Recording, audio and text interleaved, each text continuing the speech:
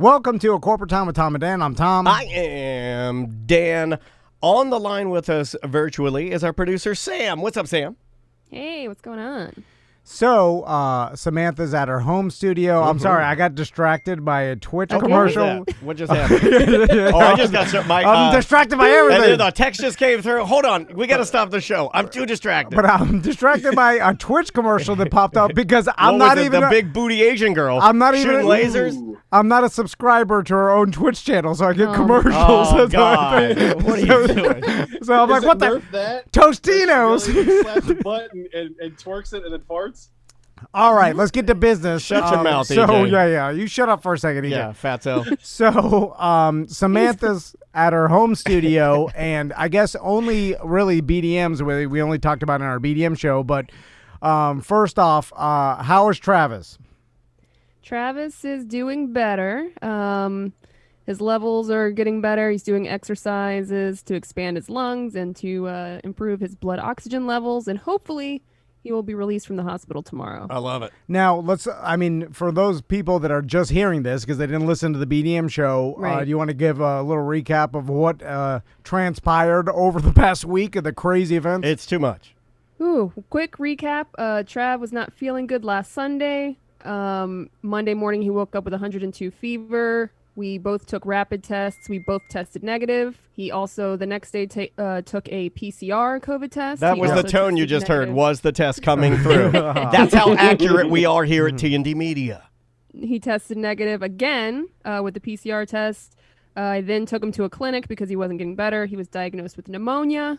They gave him some antibiotics. They weren't working. So by Friday afternoon, I took him to the ER, and they diagnosed him with COVID as well as severe pneumonia. So he's been in the hospital since Friday afternoon. Yes, and we talked Wait a about minute, how that's a really insensitive thing to say. what. She's like, my husband has been in the hospital since Friday, and you're like, yes.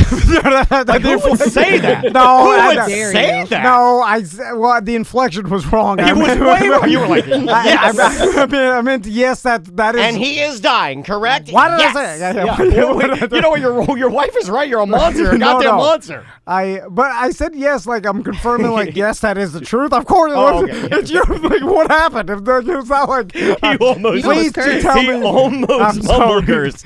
I'm sorry. It's been a long couple of days. Anyway, yes, continue. So today, Correct. he has gotten better since they started treating him accurately, and we That's talked. scary, right? We talked about this all on the BDM show, but we all went tested, and we all tested negative. And Samantha got her second test, and she's negative. Second PCR. It wasn't just the rapid. So she Yeah, I did both, yeah. didn't get the virus or hasn't tested positive for it, and doesn't look like.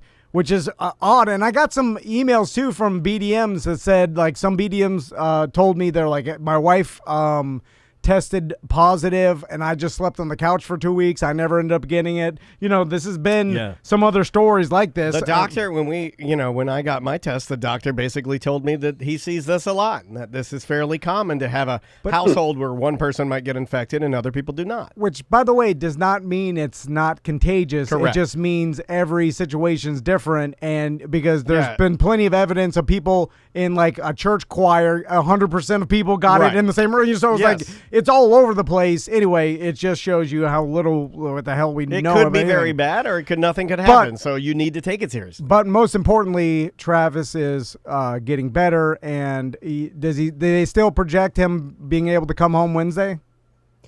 Yes, I think that's the, I'll talk to him a little later, but as far as I know, that's what they projected, yeah. Now, this is Okay, where you're awesome. supposed to go. And That'll complete the package. That'll complete the package. said Then you need to go in the bathroom and stare into your own eyes in the mirror and pick your first victim. Anyway, and Samantha's going to be working in this capacity. Yeah, this is weird. Until everything obviously is safe again and cleared up, and we It's move also on. great that first thing I'd like to say, if you're not watching this live on Twitch, twitch.tv/Tom and Dan Live, if you'd like to hang out, chat, watch all of our live videos, or watch the replays on YouTube, just search Tom and Dan Live. I love that her home studio just matches our studio. You would never know. Yeah. You would never know she's not here. Yeah. And by the way, thank you guys for putting this together so quickly. No. No, Honestly, Thank my husband Travis. Yeah. He video chatted me through the whole process of trying to figure out how to make this work. Thank the guy you want From to the die. hospital. This guy can't stop Yeah. working. And what is the thank he gets? You go, yes, when you find out he's in the hospital. That's great. No, he's working with the Travis with COVID is doing more than our Travis who's sitting and waiting for Monday. I'm not sure if you. I'm not sure you knew this, but Travis's with COVID worked twice as hard as COVID-free Travis's. It's a fact. I would rather have 3 COVID Travises. No, don't do the exchange rate on that. Anyway, it's dollar to yen. So, all right. We'll talk That'll more. get some tears on the keyboard. Nice job. No, he's fine. Well done. You're doing a great job today. He's still waiting for the meeting. He didn't even know we're recording. No, I texted him and told him that okay. I would check his connection to Zoom later in the day. We'll handle that in the afternoon. That was my fault. I got distracted. Again, I got You're like distracted the in the dog morning. from Up. Well, I got into answering emails, and Except then the dog from Up has that thing on his The collar. throat that makes him talk perfectly, which I wish you had that. My God, if we had that, we'd be My kids were watching that yesterday. If you had that talk device, we'd be an unstoppable entertainment force. I got so into answering emails and in a rhythm, and I'm so used Rhythm to method, yeah. Travis telling me about his new Star Wars thing. Oh, he was doing it his heavy spikes. last night. Did you see him? He was showing his different yeah. toy room. He's doing an MTV Cribs. yeah. And what he's his freezing wand that he's building for his wife. Freezing wand. Remember the freeze wand? Remember the whole week about the freeze wand. He's like, I got the freeze wand in. I must have tuned that out. Dude, Sam has been teaching me these techniques to tune Travis and you out. Yeah. And damned if they're Sam, your techniques are working. Samantha, you remember about the freeze wand, right? The week of the freeze wand? I don't know any freeze wand. Yeah. I gotta be honest, I do not recall the freeze Oh, okay. one. He must have been only telling me because the What if whole, you're telling? Is this some sort of secret for a No. birthday or something? Is he dressing up like a, I don't know, No. like a got snow fairy? He got And he's- some cryogenic freeze wand, and he's like, I'm setting it up. I'm putting in the juice. And he's like, Putting in the juice. He's like, you need to buy this special freeze juice. That's right. And he's like, So you he's can only- setting up his first vape rig. No, I don't know. But I only listened to half of it because I'm trying to work, and he's telling me about the freeze juice. Anyway, so I think you need to be licensed to do that. I don't think they just sell you the freeze wand and go like, all right, here's the juice, here's the wand, go zap crazy. he said it's just like vitamins. It's a Wild West. Anyway, but you want to start with Nerd Jock? Yeah, hold on. I gotta get. Okay, hold on. I'll get your thing going here. I play your intro thing. Nerds.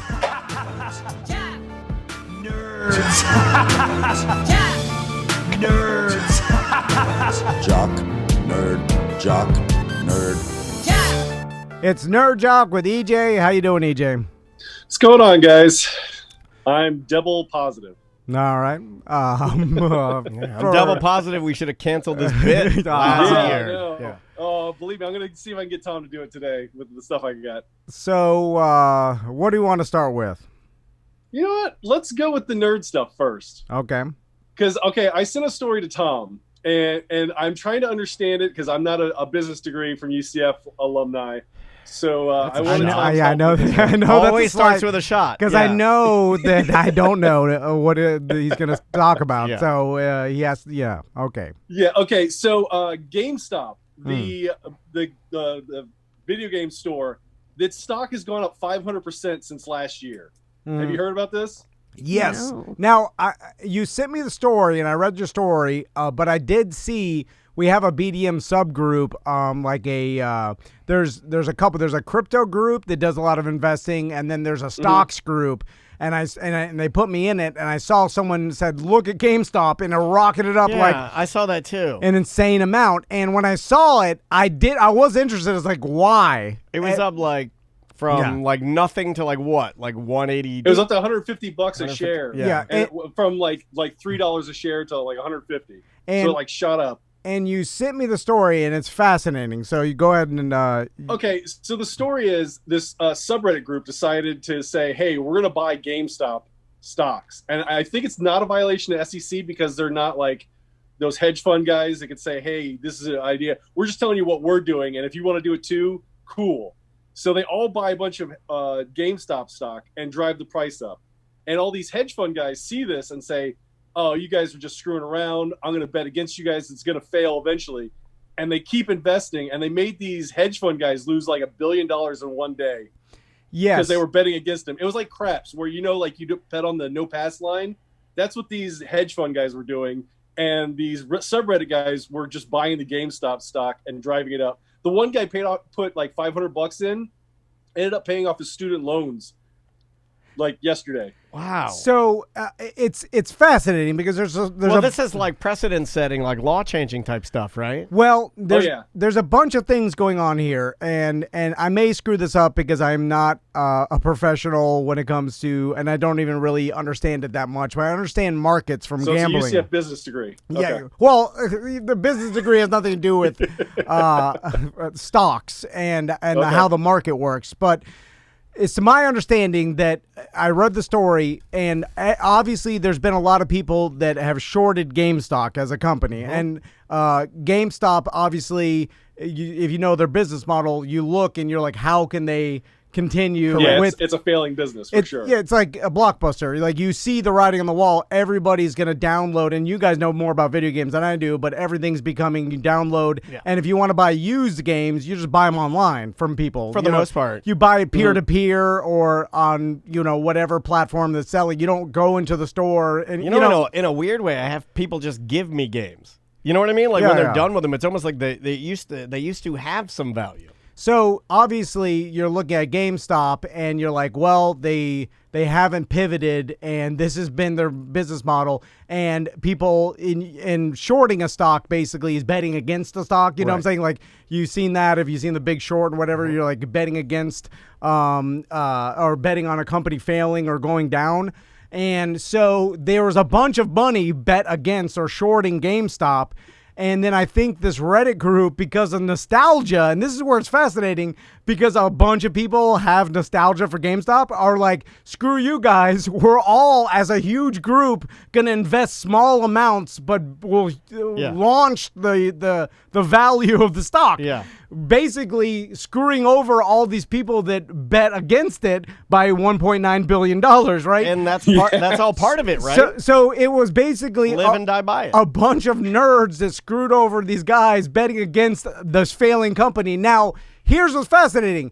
This will not save GameStop no. because their inevitable business model is failing, and there's no way, unless they somehow use this capital to pivot to another like online platform or something, but I don't think there's any room for them anymore. The market's flush with it's almost direct to consumer. Yeah, now. Direct. The studios are going directly to, I'm not. Arguably, I don't know much about like PC gaming and or PlayStation. Yeah. I'm an Xbox guy, but that's directly from the studio directly to Microsoft, correct? Yeah. There's nothing else. You don't there. need a middleman. Yeah, I don't need a store. Yeah. So, but also, and this is where it gets muddy, and I don't understand like stocks and finance and the laws that well. But this is kind of what Wolf of Wall Street was doing, but in the I love it when you say Wolf. Sorry. I know I shouldn't have done that, but Wolf is so good. I'm trying to. Because my dad used to say that. It reminds me of my dad, and I get a little sentimental about it. Whatever I just want you to say sledgehammer one time. I swear to God, I'd give you the longest hug ever. So, and to my understanding, it's like with these penny stocks, and like the scam of it back in the day was you get a bunch of people to invest into the stock, driving the price up, and then you're already an investor. You basically falsely drive the price up just from people investing into it without actually the business. Right. There's no legitimacy to it. And then people then sell and make a bunch of money, and then everybody else that just invested, the small guys, lose all their money. They're your losers. Because you're not actually investing into a profitable business, you're investing into an idea, and that's exactly what all these nerds did. They were investing in nostalgia. They're like, we're going to save you, GameStop, $50, $500, and all these nerds are like crippling the short. Anyway, but it's cool. Do you remember a time when... Kind of stupid. Do you remember that sweet spot for you as a young man, or maybe you and your friends, that sweet spot where GameStop was cool, where if it was like a weekend, it morphed. Madden release, like a Madden release. Yeah, like for me, it morphed because I remember going up to, we were a smaller town, so having like a Blockbuster or a Video Movie News, any of those kind of things, those were a little secondary to us. We had like the mom and pops first, like a Box Office Video, I think was one we had. They had like a couple of chains, but it was like one guy. You know what I mean? Like, and he owned 2 video stores. Yeah, one on the east end of town and one on the west end of town. It was very weird. And then we started getting the Blockbusters. And the Blockbusters, what were cool about those were the only places where you could go and rent video game systems. So for those of us that didn't have parents that would like just buy us Nintendos, because we all knew those kids whose parents would buy them the latest and greatest. I didn't have that. So I'd have to rent a PlayStation 1 from Blockbuster and then get all my games. Yeah. Like that, and then that kind of morphed into the GameStop, and then that kind of morphed into GameFly, which is where you were getting your games delivered in the mail, and then all of it just kind of fizzled out. Well, because I aged out of it. Then it just went, but it also just turned digital. The same time was like when Netflix was mailing you the stuff, and then they were just waiting until the internet got to the point where everything is streaming and download, and and it's gonna be interesting what's gonna happen because, like I said, it's not going to save GameStop or change their business model. Like, it's a failing business, and it will fail. These guys screwed these guys that were trying to short GameStop a little bit. But are you using scissors? No, it's just a pen. I click on the pen. Oh, you were like cutting paper dolls or something in the middle of your segment. I wonder what else. I got distracted. Like if any other business that people are nostalgic about. Like if or maybe the power of nerd group in the internet was like, this is very specific just to that. You know what I'm saying? Like if you look at any other business, I've never seen this before where a bunch of people rallied around and tried to invest money into it.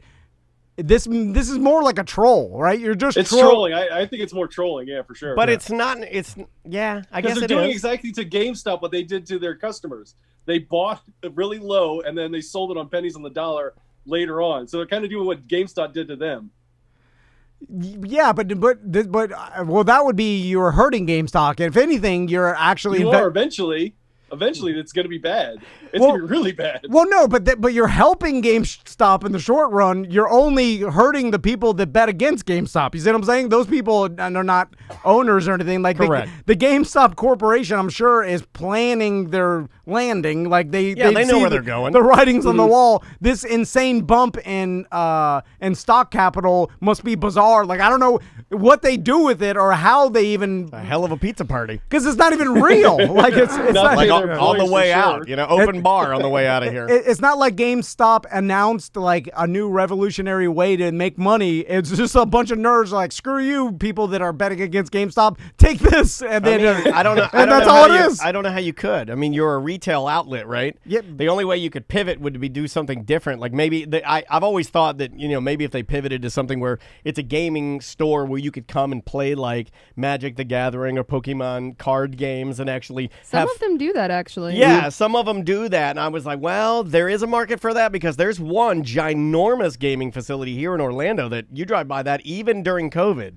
and the place is safely packed to the gills. I mean, it is. You ain't gonna stop those nerds from rolling their dice. I went into GameStop because I panicked and last minute bought Luigi's Mansion because my boy. That game.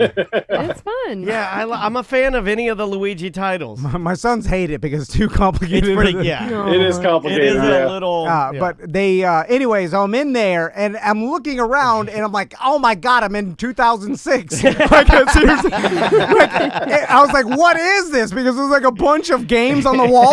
And I'm like, weird. Like, and then like a bunch of bric-a-brac used toys. Funko Pops. Like, yeah, Funko Pops and bric-a-brac. All like, there was not a bunch of the same. It was like all one-off bric-a-brac, right? And then like Blockbuster. Like a Mega Man doll. Yeah. A Halo helmet. Yeah. Yes, and then it was like. Was it making you mad? No, but I was like, this. The first thing I thought is that this is like a time capsule into 2006. It's Willy Wonka's factory for Travis. But also this, the first thing I was like, this will even the music's old. Like they're playing Like- Kanye's College Dropout. Yeah. You know, and you're like, whoa, I haven't heard that in a minute. Like, I almost Workout screamed. program. There's no reason for this to exist. Like, Put it on my list with White Zombie, Rob Zombie, Yeah. right? Rob Zombie, Goo Goo Dolls, and GameStop. We can put it on my list of things I never needed to know about. it was like I walked into an old Peaches and Oh, they still owe me I money. That's a love sore Peaches. subject. They owe me about $900 for my stupid Buddy CDs. like, And then they went bankrupt. And then before I understood what bankrupt meant. you put I'm like, do I get my money? They're like, hell no. every CD is in this big old Mambo plastic thing. You gotta dig through it. Anyway, what else we got, EJ? All right. I sent a video to Dan. It's a right. trailer for a movie that's coming out, All right. and you definitely got to watch it. Okay. Okay, here, this All right, is... what movie is it? Just set it up for us. Okay. Well, it's pretty straight to the point. Godzilla versus King Kong. Okay. Oh, I Have you saw guys this seen the trailer for it yet? Oh, All right, here is little Godzilla Terrible. versus King All Kong. right. Okay. Hey, Skarsgård is in it, and so is 11 our only from Stranger chance. Things.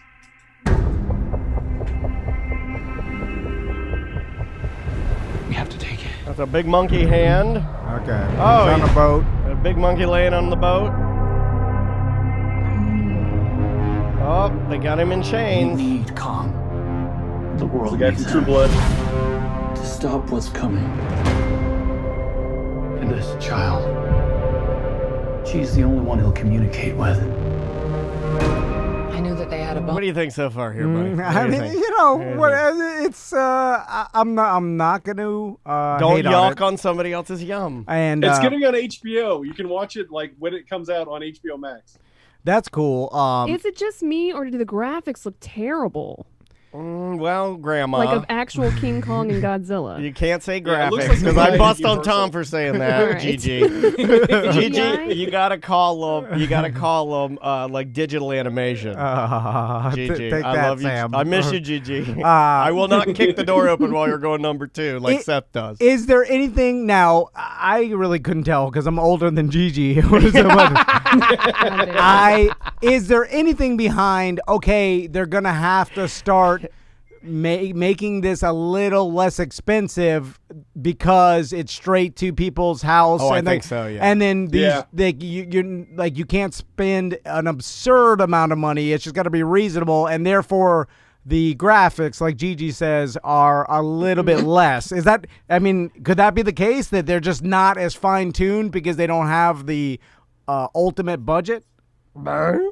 I just put up a picture of this guy. See, it's Yeah, on the trailer. I can understand. Like, I think the more time they spend fine tuning it, the more money it is, and the better it looks. I think it also gets worse, though. I think you need to, at some point, make whatever you're working on, you need to leave some imperfections in it, almost like cheesecloth it a little bit. If we get it so perfectly, you ever seen like where the footage that they're filming looks one way, and then you look at the CGI and you're like, well, that looks spectacular, but the video actually looks crappy. Yeah, It should all just be okay. Are we too far away from all this stuff? Like, we're too used to it, and I'll explain. It's like, okay, we could write this movie, right? They get King Kong, they get the little girl, she shows King Kong the doll, he's like, I'm gonna save you. King Kong the doll. Can't talk about that. That's Fair Villa segment. And then they take King Kong to New York, and they're like, Godzilla's coming. We got to use the girl with the dolls to convince. Put her in front of the lizard to lure them to fight. And then it's a long fight scene through New York City with them knocking down They're buildings. killing everyone. Oh, we You saw should the have rest done of the nothing. trailer, haven't you? Yeah. No, I'm just saying we know what it They is. do fight on the boat in the trailer. Okay, it's okay. So that's it. But are we to the point where we've seen special effects But so that's much where we're just like, all right, King Kong fighting Godzilla? It's like, well, all right, like We've been spoiled. Like, we've seen since Jurassic Park, like, the CGI was so good. No, we're in, going like, backwards 94. now. Now follow Yeah, me. it's like- can we have something smarter? We're going backwards, and I'll tell you why. Robots fighting each other, like robots that are in fact aliens fighting each other, is the most advanced fight you can have, right? Yeah. Now we're having a jumbo lizard and a jumbo monkey fight each other. I mean, like, now we're going backwards. What are you going to do next? Jumbo amoeba fights jumbo paramecium. Lord, he's slapping him with his cilia crazy. He's just whacking him good. That's dumb. I want to see what we really would do. We would not lure the monkey to fight the lizard. We would kill them both instantly with nukes, right? We just blow them like we blow up that whale. Yeah.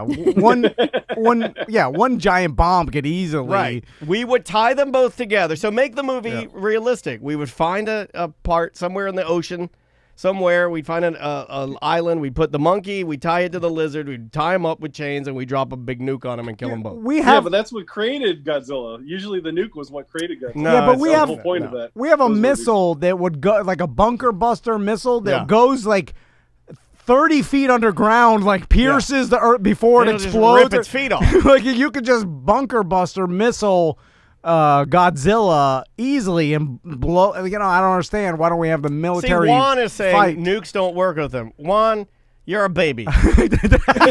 Nukes will work on them. Giant monkey versus nuke. Guess who wins? Giant nuke. It's just science. It's impervious to explosions? It's not impervious to explosions. Look at it. It's got a hair. That whole thing would just... You'd be whacking its boobs and smacking its head. Also, if a big monkey could just El Kabong you, then a nuclear explosion will kill you. And you mean to tell me if monkeys, gigantic monkeys, are pervious to nukes, we don't have one standing on top of the United States protecting us from everybody else? Why do we have a jumbo monkey? We had to create one because they're impervious to nukes. So you nerds and your dumb stories, you can't have everything. Can't we just... You got to pick and choose some stuff. How much more dumb can movies get? Where it's just like, we saw a giant King Kong fight a Godzilla. Stupid. It's stupid. Come on. Until I get to my next story. All right, what's next? Okay, the next story is a good transition because we're talking about dinosaurs. Have you seen the scientists recreated a dinosaur's BH? What? Have you seen this? No. They're going to have Jim Carrey come out of it. Basically, they found this preserved fossil, and the skin was good enough that you could see the BH clearly, so they were able to recreate it and show like the whole process of its digestive system. Stupid. We didn't need to do that, right? You get it. That's what I thought. This reminds me of like one of those things that comes out every Valentine's Day. This ad comes around where you... And I know guys are going to share this because Valentine's Day is the next holiday coming up, right? No, yeah. So guys are going to share this every year. It's a chocolate. Every year for the last BH, 20 years, I swear to God, on social media, you guys will give me the thing about the chocolate BH. Get your lover's BH shaped like a chocolate. You can eat it. Like, stop sharing that. It's never happened. It's not real. It's fake. They probably do make a BH chocolate, but it's not custom molded. No, it's not custom molded. They're not wasting their time. And how am I going to get my wife to sit still for that? I can't even get my wife to sit still to make love to me, let alone to do a mold of her chocolate BH. Yeah. Stupid. What else you got, EJ? All right. The last story I have for the nerd stuff is they're going to do Heroes Reborn in Marvel Comics again. Of course they are, because they do everything. Of course the heroes are being reborn. They're not going to die because they can't. In fact, nukes can hit them and they're fine. It's a storyline in the comics where Professor X and Magneto merged to become Onslaught, and then all the heroes were killed fighting him, and then Franklin Richards, Reed Richards' son from the Fantastic Four, moved them over to a pocket dimension. I'm only doing this to see if Tom will go blank. That's his old Frank Richards to the rescue. But the new one, they're making Doctor Doom like Juggernaut, and they're making Thanos like a vampire, and the only person that remembers the old universe is Blade, and like the Avengers are replaced by the Squadron Supreme, which is like Marvel's Squadron Supreme. My God, hold the olive. I'm the dumbest crap I've ever seen. This is just dumb. It's become now. Nerds are dumb. I'm listening to people's dreams now. Like you're just making up nonsense. It's just garbage. You're not sticking to. I gave a warning on Facebook that I was doing this. I'm crying because it's it just keeps just like He's impervious to the thing, and he lives forever, and he lives in the universe. But that's the different universe. But he married this girl in the second universe. Listen, my sons have been watching Star Wars, and we got through 1, 2, and 3. Right? By the way, 3 3 made Max cry. Oh God! Because he choked out Queen Amidala. There was a whole explanation how she just fainted. I tried to hide it from her. I said she wasn't dead. What happened to Amadama? And then and then Max couldn't even look at it. And Tommy was staring at Stone Cold. He's like this old man. He doesn't have no emotion. Kylo Ren. But Max is very sad. Anyway, there's the whole burning alive. He's like, oh my God, don't look at it. But anyway, so now they are understanding like the cartoon, the Clone Wars, and now I'm understanding it. So, but okay. So I'm starting to have a more appreciation for the nerd stuff and Star Wars. Oh no! Because my sons love it, and I love my sons more than everything in the world. You have a connection there. And so now, because they like it, it makes me like it a little more. But here's what I do like is at least there's some. I told you you'd be forced to love something you hate. There's some conformity, and now I understand the storylines and the offshoots, and now it's not so confusing to me, which I hated it. And I'm like, oh, the Clone Wars or the cartoons. It was about the Anakin between this age and this age, and then I'm starting to. Oh my God, he does get it. So anyway, I'm starting to see. It ties into the Mandalorian. But that's why I'm now mad at this stupid X-Men and the superhero stuff, because it doesn't seem like there's any sort of solid timeline or one reality that they're following, and they've offshot too much, and there's all these alternate realities. There are. And alternate timelines that I'm like, stupid. And I know if you get deep enough into Star Wars, it's like that, but still, stick to some sort of conformity so I could put some, Okay, Juan is saying there is one reality, the 616 reality. 6 universe, yeah. Oh God, that makes me more But there mad. is like the Ultimate universe. Don't you love it? There's only one reality. 616. What does that mean? I know you're talking about all these separate realities, but I'm Like going to give you there's a Earth very 616 cloudy Spider-Man. definitive answer. 616. And then there's Miles Morales from the Ultimate Universe. Oh God, I'm just saying. Wait, isn't there? Okay, here's what I want. And then they killed all that in hold the on, universe pause. and brought it over to the 616. Just pause. Original Superman, Batman, original Spider-Man, Peter Parker. Where is he now? Is he dead? The original one's still alive in the 616 continuity. Oh God. Do you see what I'm saying? That's what you want. You want just standard Aunt May, Peter Parker. Well, yeah, there's like, okay. You want like Hobgoblin. So that's 616. So I'm like, 616. I feel like every time I say that, I'm calling out like some sort of like gang attack. Yo, son, we the 616 boys. I don't know what we're doing. All right. Let's move on. What do you got next? Should we move over to jock stuff? Yeah, sure. What do we got? Okay, and let's do it for an old story, because it was just reported by Jay Glazer from years ago. Do you remember when Nick Saban was the coach of the Miami Dolphins? Yes. Yep. Oh, yeah. And that's when, like, Dante Culpepper was on the team, and Zach Thomas and Jason Taylor? Yep. Okay, supposedly, according to Jay Glazer and according to Dante Culpepper had to be pulled off Nick Saban from a fight by security because he was questioning his, like, abilities.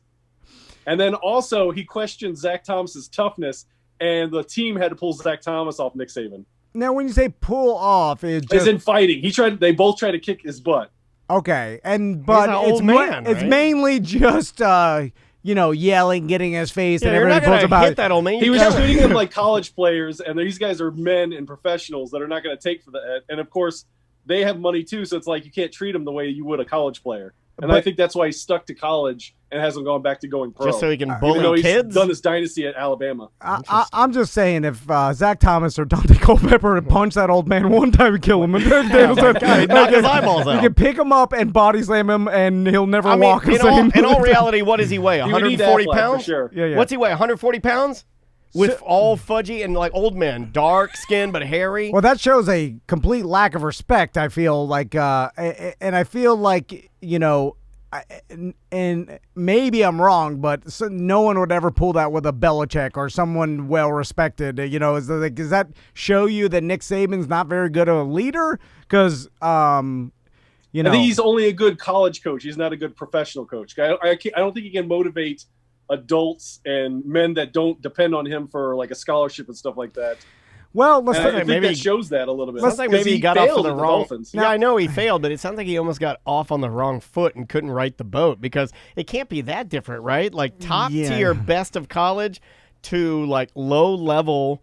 Or just professionals, but still professional level. It couldn't be that different, right? And also, let's be honest and let's talk in reality. I mean, how much actual motivational speech it matters to play, really, when it comes to a bunch of, at the top of their game, millionaires playing for their careers and playing for their individual contracts and money. And let's be honest, as a business, half of them can care less about what team they're on. You know what I'm saying? Unless you're some veteran that's been on the same team for so many years, none of them care what team they're on. They care about their paycheck. They care about their own career. They know it's short. They're going to make their money while they're there. They know that they could be cut for performance. So they're motivated by personal interest first. But I understand it does help sometimes, you know, with some motivation in the locker room. But I just, like, I'm like Daniel, it can't be that much different. Also, it's like you got to make coaching, you got an offensive coordinator, defensive coordinator, you got a lot of guys, unless you're a play calling coach. I would kind of say, which is it? Because I've always kind of heard, you know, like whenever you've got your top tier, best of the best, championship college coaches, right? Those guys are kind of heralded as still being up there as good or better than even NFL coaches, right? As far as legacies, I see them throw their name around. So if you're gonna do that, then I think you'd have to like pick and choose. You know, like which one is crazier. I don't think there's that much of a difference. Yeah. I think he got off to the wrong foot, never had the locker room. And of course these guys were all over him because maybe his style from jump was always bad, but I don't necessarily think it was like he came in, had their respect, and lost it. I don't think he ever had it. Yeah. If that makes sense. So it'll be interesting what's going to happen with the Jaguars this year. You know, with Urban Meyer. I heard there's going to be a lot of changes, a lot of QB changes. Oh, I saw they were. They're going to try to get Tim Tebow, is what I heard. I didn't know that was a definite. So Urban Meyer is going to Jacksonville. Yeah. Oh, I saw that they were interviewing him. I didn't know. Okay, great. Yeah, that's happening. That'll be kind of fun to watch, I guess. And obviously, they'll get Trevor Lawrence, and that'll be an interesting story. Matthew Stafford is gone from the Lions. There's going to be a bunch of moves. Where's he going?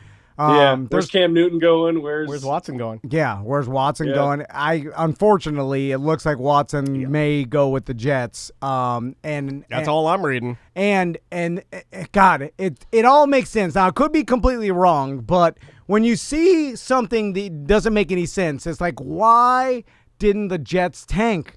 Why? Like, why did they win a couple games? What a bunch of idiots. Like, it made no sense. And then people are like, you know, players want to win and they're going to do it. And I'm like, but if you really wanted Trevor Lawrence, you're just like, you know, you just set up for lose. Who cares? If you take a bunch of media crap or whatever, you're just like, it didn't make any sense. And then now it looks like Watson's going to go with the Jets. Like, this is all, they knew this from a year ago. No matter how you feel about that rule, I just still feel like it should be altered because no matter which side you're on, it's still not, it's not working the way it should, right? Yeah. Of course, if I were a Jets fan right now, but the Jets organization, I think, knew they were going to get Watson. They knew, I mean, like all this BS. We know, hey, listen, inside the MLS, there's rules about you're not allowed to negotiate or talk before certain end of the season. There's contracts. But guess what?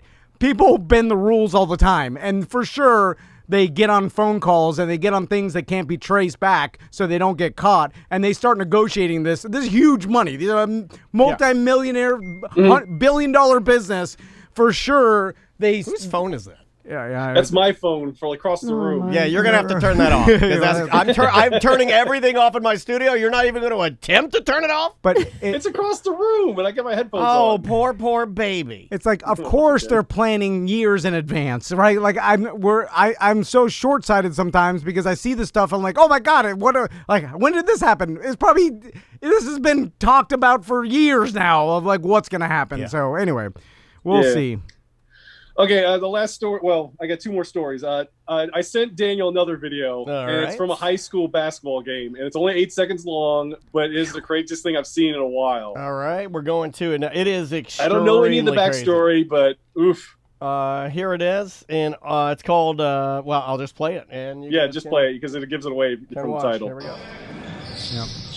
It's It, Al dunks it. and the giant structure, in like high school gymnasiums, the actual basketball hoop is hung from the roof by a giant metal structure, and that metal structure basically collapsed and landed on the court. Hard as hell. Could have killed someone, no problem. Yeah, it swung, and luckily everyone was cleared out of the lane, or it would have killed somebody for sure. Yeah. I mean, one guy had missed him by, and I can't really tell from the vantage point we have. It looks like it almost came a couple feet from just taking him out. Never seen that happen. I've never seen that happen. That's seen like, oh my God. The backboards break before, but those are all held together with a series of like pulleys, right, and wires, and you ratchet them down. You're like, what did giant bolts break? Like that seemed pretty like a catastrophic failure. Like it should be no way that happens unless a variety of things went wrong. But no, at least no one died in front of their families. Thank God. Yeah, because that's what would happen. Like you're watching your kid play a basketball game, he's killed by a random accident. Like, how horrible is that? Yeah, makes you want to not have your kids do well, anything. Speaking of deaths, the other story I have is it's the 1 year anniversary of Kobe's death. Yeah. Oh my God.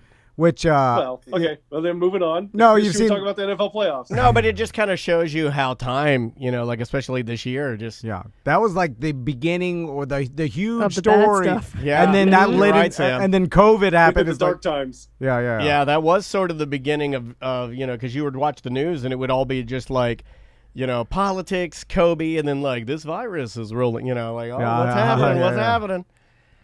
Thank God that's over. Yeah. Well, we got to talk about the Super Bowl. Are we going to Zoom the Super Bowl, or are we? Because we're definitely not going to the studio in 2 weeks. I mean, I guess we could Zoom it in here. I mean, I don't. I think last year we said it was our last year. We did. Yeah. it looks like Coke and but you Pepsi. said that and 2 years ago too. Right. I think we say it every year. Last year, this will. I think this will be the most watched Super Bowl of all time. I do too. Based on it's the perfect storm in Tampa. Tom Brady, pandemic, nothing else on. Star for sports. Give me some, Super Bowls. Have you heard about the rumors that they're going to try to rush the stadium to get in to watch it? Yes, I have heard that. I was talking That's about that crazy. yesterday. That's stupid. Apparently, No. rules don't matter anymore, and people are going to end up getting hurt doing stupid stuff. No one's gonna do that. This is like there's everybody's like they're gonna do this, they're gonna do that. I was like, there's all rumors. The internet is rumors. That's all it is. Yeah. But What's the line? it's 3.5, isn't it? at 3.5. I think you can get Chiefs. 3, but juiced up. But it's. I mean, who the hell knows? Although the Tampa's storylines. playing at home. I just saw a stat too. This has never happened before. Where two quarterbacks that were in the past prior to Super Bowls are playing each other. So, for instance, right. 2 Super Bowl ago, it was Brady and Rams, and then obviously Patrick Mahomes last year. So now they're facing off. That's never happened. There's so many storylines. Brady playing at home and Tampa playing home. The fact that Brady left and then now reached the Super Bowl is insane. Crazy. Mahomes, there's the passing of the torch story. There's the story of I've heard if Brady wins, like you retire and you retire doing something that no other player could probably ever do in the world again. Too many good storylines. What happened? EJ's getting fired. Yeah, go ahead. Yeah, we just finishing up. Okay. That's I talked to Shiva about something. Yeah. He's talking to Toshiba again. Toshiba. So sorry, Toshiba. I'm almost done with my business card. Arigato. I'll need to do a business. We do a show. It's one of those things where it's like it's like they don't want that to happen. Let's listen to his because- business meeting. He's so awkward around women. I was just trying to get. Just Do a trying, Zoom just call trying to and get some figure that stuff out. done, just, how Toshiba is. She's always so crazy. Oh, Toshiba, you're such a kidder. We do a segment every week with a guy at work who's He's doing it under his boss's desk. lying to his boss about working. And and now he's getting. I have to Skype in real quick. It's Toshiba's birthday. They're doing a virtual mixer. Hi, Toshiba. Sorry I missed your birthday. Like, imagine. Do I hang up on it? What do I do? I don't know what to do. I mean, what's the time? I think you guys need to wrap Time it to up, get right? ill. Yeah. Imagine if we walked in one day and Travis is doing a sports segment with a different podcast. Like, It's Dan I'm just like- Lebatard on there. I'm like, you do a sports segment with Dan Lebatard every week, and then it's like, what the hell? What am I paying you to do? Yeah. You're doing segments. Get on for the a horn with podcast? Toshiba and make sure that we got copier toner. The military task is eat 7 berries to catch Pokemon.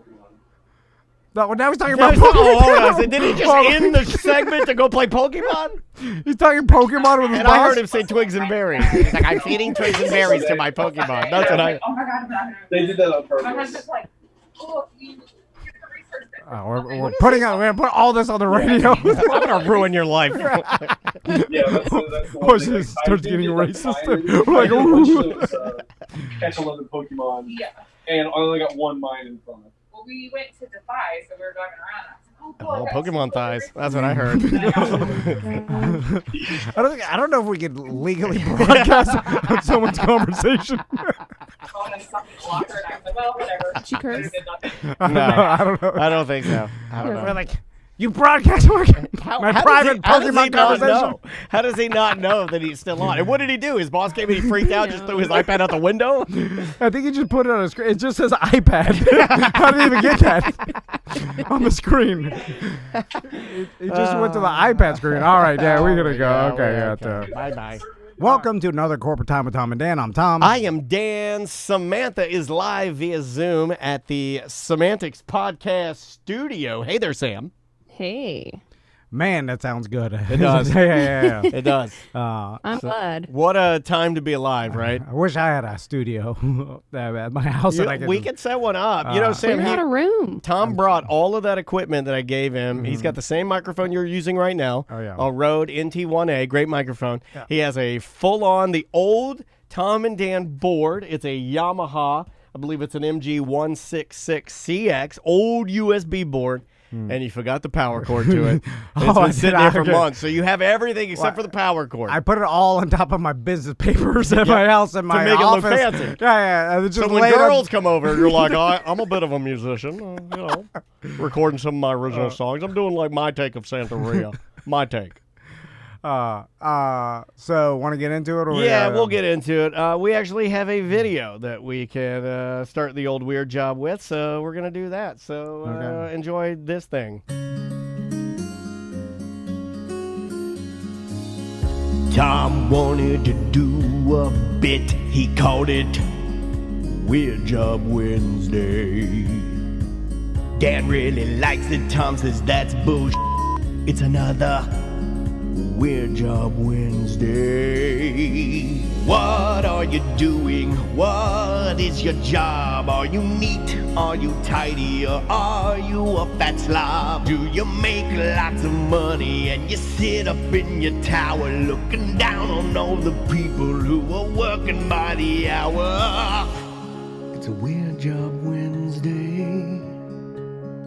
Just another Weird Job Wednesday. Oh yes, it's Weird Job Wednesday. Just another Weird Job Wednesday. Thank you, Tom. Thank you. My favorite is the eggplant guy. Yeah, I like eggplant guy.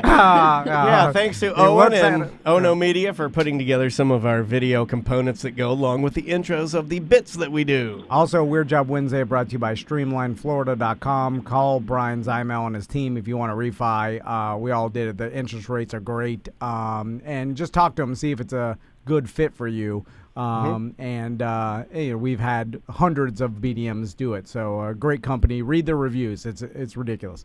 So Mark, how you doing? I'm all right, Tom. How you doing? Good. Yeah. So what is or was your weird job?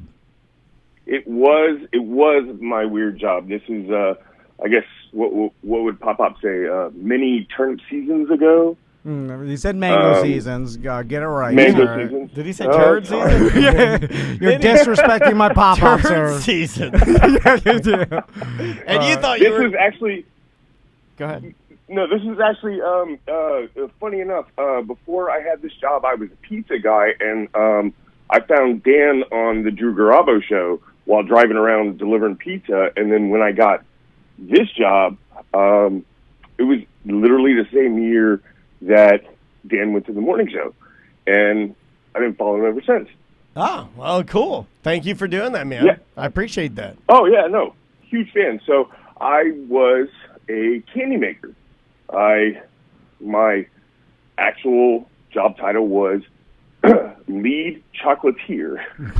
Yeah, no, there's a guy. Yes. We Yeah, have, there you go. There you go. There you go. Get it. we have a chocolate a confectioner on our block, and they have a young boy in there who makes chocolate. And some days when Maisie's done good with her learning, I'll take the wagon down there and get her a couple of homemade chocolates.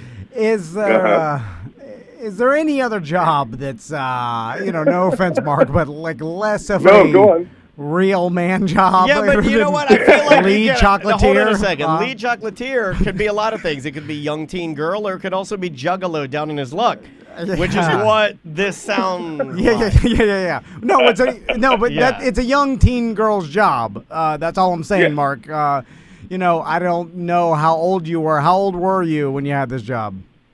I was literally 19 years old. Okay. Oh yeah, young it's teen okay. boy Yeah, is see, fine. that's what they have over here. Mm-hmm. Except he's there by himself sometimes, and in this day and age, I'm like, And I don't know. Also, only if you're gay. I feel like are you gay, Mark? I am not gay. I am not gay, but I did at the time have hair down to my butt.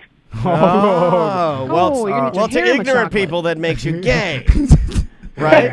I think that's what that means. So I think maybe. It's weird that you were a chocolatier with long hair, because I got to tell you, if I owned a chocolate company, you would go, I would put your resume on the bottom if you came in looking like, I don't know, the lead singer of Ugly Kid Joe. There's a reference for you. Ugly Kid Joe. That's a perfect reference. Yeah, I hate everything about you. You know who I want making chocolate? Someone with long hair that can lay in the chocolate. Yeah, I want a human paintbrush to make my chocolate. Every once in a while, I want someone to pull 4-foot long hair out of my chocolate bars. Yeah, then I want him to stonily say, oh. I gotta tell you though, it was in a bun, so actually the owner did not know that I had good long hair. I was a la Ugly Kid Joe, backwards hat with the bun under the bill. So you tucked all your hat up under your hat and you went in to ask him why. He said, you look like a fine, upstanding young man. I think you'll do.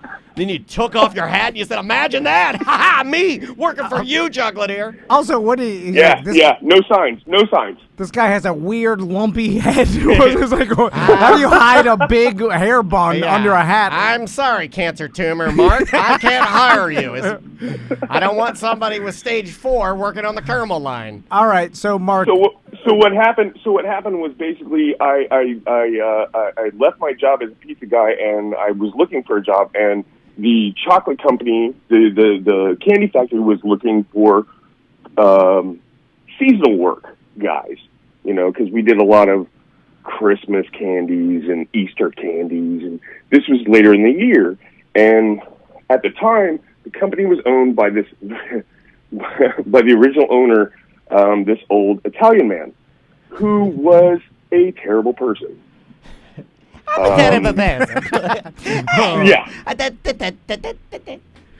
Also, I feel like if you told my sons or anybody, even Travis, let's say Travis Butler, that if you hey, I'm going to take you to the candy factory, they'd be wildly disappointed once they're just walking into all industrial, and then it's like, because you said a little less Wonka and a little more Earnhardt, if you know what I mean. But it's like they're like, we're just a food processing plant. It's like we can process basically most foods. You know what I'm saying? It's just a very industrial, sad people working with hairnets. Everything stainless steel, everything white. Right. You're like, where's the candy grass? It's like they're all looking for the boat down the Chocolate River, and basically all we got is a big old bunch of pots with chocolate in them. Yeah, boiling hot. It's just food processing. Like everything is industrial. So what did you have to wear there? Do you have to wear? Obviously, you had to wear a hairnet, or did he let you keep your backwards Tampa Bay Rays hat?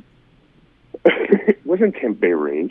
wasn't tempeh raised, but backwards hat. Hold on. In fact, I'll give a prize to someone in Twitch chat room that could come up with a more like a best sounding job that's more bad than working at a That's worse.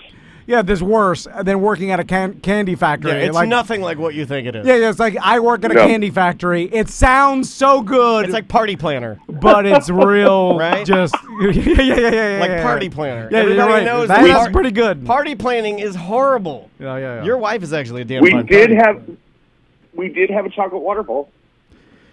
Yeah, but you know. But it was probably 6 inches tall. Oh, what does that mean? Are you? Is that a gay joke, Mark? Yeah. What are you saying? You're the world's smallest chocolate water fountain. So, or chocolate fountain? No, we had a machine called an enrober. It basically you fed molten chocolate, just liquid chocolate by literal buckets. Like we'd fill it with buckets into this machine, and a wheel would spin. And would feed into this little table thing that had a slit in it, and then that slit would I keep saying slit would drip the chocolate down, and that's what you would feed the candy through, and the belts would feed through that little waterfall, and it was 6 inches tall, and I'm not going to tell you how I measured that. So, Mark, quit with the jokes first off. And I then don't know. second, I kind of like it. It's no. like having Butler on the line. And second, was this for a particular candy company, or did you make a bunch of different candies for different companies? How does that work? It was one particular company. I don't want to say the name because they're still. Oh, yeah, and they're probably looking for you, Mark. Yeah, God, they lost their number one candy guy, and they're going to come. One day they're going to land a helicopter in your backyard like Rambo and ask you to make one more saltwater toffee. Was it? Tell us, was it at least part of the big three of candy? Oh, I don't even know what the big three is. Russell No, Stover, Whitman's. It was a local company. It was a local company, but we had and they still do have a very, very popular one kind of candy. And actually, I'll tell you what the candy was, and which will give it away for people who know, but chocolate-covered potato chips. All right. I have no idea what Reese's who does is it. doing that. Reese's doing that now? Chocolate-covered Yeah, potato they're going chips. to have pieces of potato chip as well as, I think, peanuts and peanut butter inside. Yeah. I'm sure they're copying what smaller companies, that's what that's what big you're companies supposed to do. right? Yeah. So, now, basically, was your job just like an assembly line factory worker? At one point, yes. When I first started, yes. I stood at the end of a belt, and I picked candy and boxed it as it came off the belt, off the cooling line, because, it would go through the chocolate, which is, warm, obviously, when it's melted, and then it goes through a tunnel, which cools it. And you have to cool it at a specific temperature. Otherwise, I don't know, if you've ever put a piece of chocolate in the freezer and you pull it out and it's gray and crumbly, that's what we were trying to prevent. We made pretty candy. If it wasn't pretty, it didn't get in the box. That makes sense, yeah. So I was about to ask you why they needed a human to do this job, because for most assembly lines... It was the 90s, Tom. It was the 90s. No, well, here's the thing. There are still jobs that you need a human to do. Yeah. Sometimes that a robot can't do, and it's more cost effective for a human. But I mean, the companies would like to make it completely robotic, obviously. But if it's if it's something like inspecting the overall look of a particular candy, maybe a computer can get close, but they're going to miss some small details that a human could just do it fast. True. So is that the reason you did it? I think so, and especially at the time. Again, it was the late 90s and what have you, and also they probably could do, and they probably the bigger companies probably do have robots that do that job. But it was a small company. It literally was one factory in this tiny little town that did it all. Yeah, that's why right here, even watching this kid make the candy, it's kind of cool because the process of watching one person do it, if you apply that to an actual conveyor I mean, you realize how large of a facility you would actually need. You know what I mean? Because it's huge. It's very, very, very space consuming. Yeah, and it takes a lot of space, like you said, because of the cooling tunnels and what have you, and then also the knowledge in the kitchen. Like, we had boilers. I literally have poured 200 pounds of sugar into a giant vat with corn syrup and water and boiled it to 400 degrees, and I made fondant, I made caramel. That's cool. I made creams. I mean, and not to go on a tangent, but can I just say, there's two different things. There's caramel and there's caramel. What's the difference? Caramel is soft and flows, right? Like in Twix. Caramel is hard. Okay. I may have made that rule myself, but I will die on Are this you hill. drunk? I will die on this hill. What's wrong with you, Mark? I mean, I feel like I'm actually witnessing somebody's medication not work. Hey, put Mark by the stamper.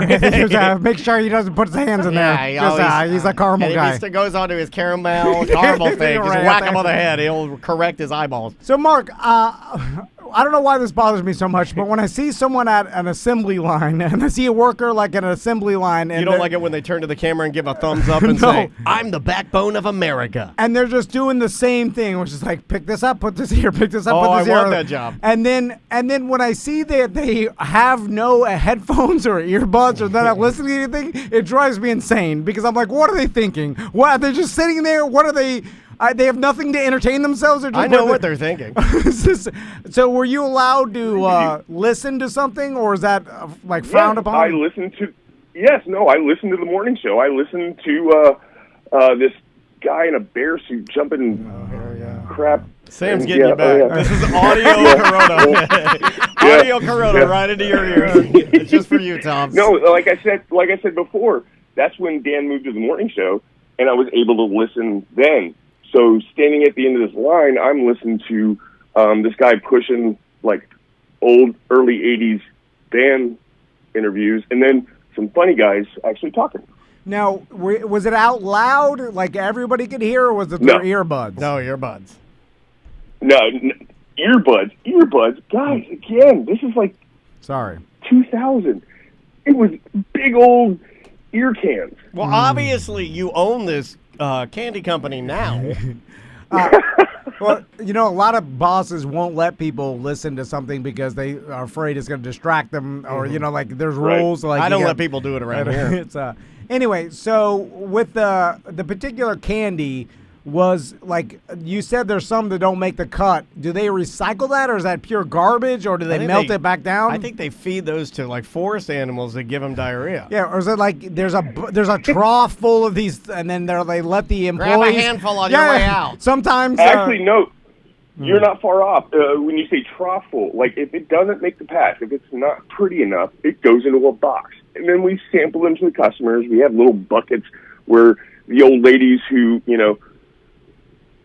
come in and just like, can I have something sweet to eat? And they, there's a bucket of chocolate, you old bitch. yeah. Defects. Yeah. Eat this defective chocolate, you beggar. Yeah, jam your doughy paw into this bucket of chocolate, you jerk.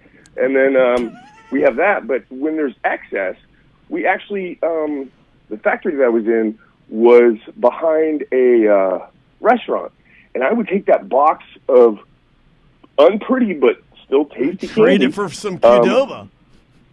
Correct. I would go over there and be like, can I get food for my crew? Can I get lunch for my crew? And every time they'd be like, yeah, what do you want? And I get 15 burgers and 15 fries and 15 sodas, and they get a big old box of ugly candy. There you go. Mark, you have the personality of the uncle from Home Alone. It's not an insult, because he's a kind. There's obviously a reason why they're taking him on the trip with him. Like, he must be somewhat. He just comes off bad. I think he's got good intentions. It's just like ingrained. He's like, get out of here, you little pervert. He has to be beloved by his family. They're taking him on a free vacation. I think the only reason he's tagging along is because if you leave one out, then it there's becomes a bigger problem. family problem? I I don't feel know. like the dad in Home Right. Alone's like you. He's defeated. So he's like, just fine, takes the just take uncle? him. Okay, I don't yeah, give yeah. a damn. Yeah. I don't know. It's just, his personality. He's like, it's just a little off-putting for whatever reason. Yeah. I can't put my foot on it.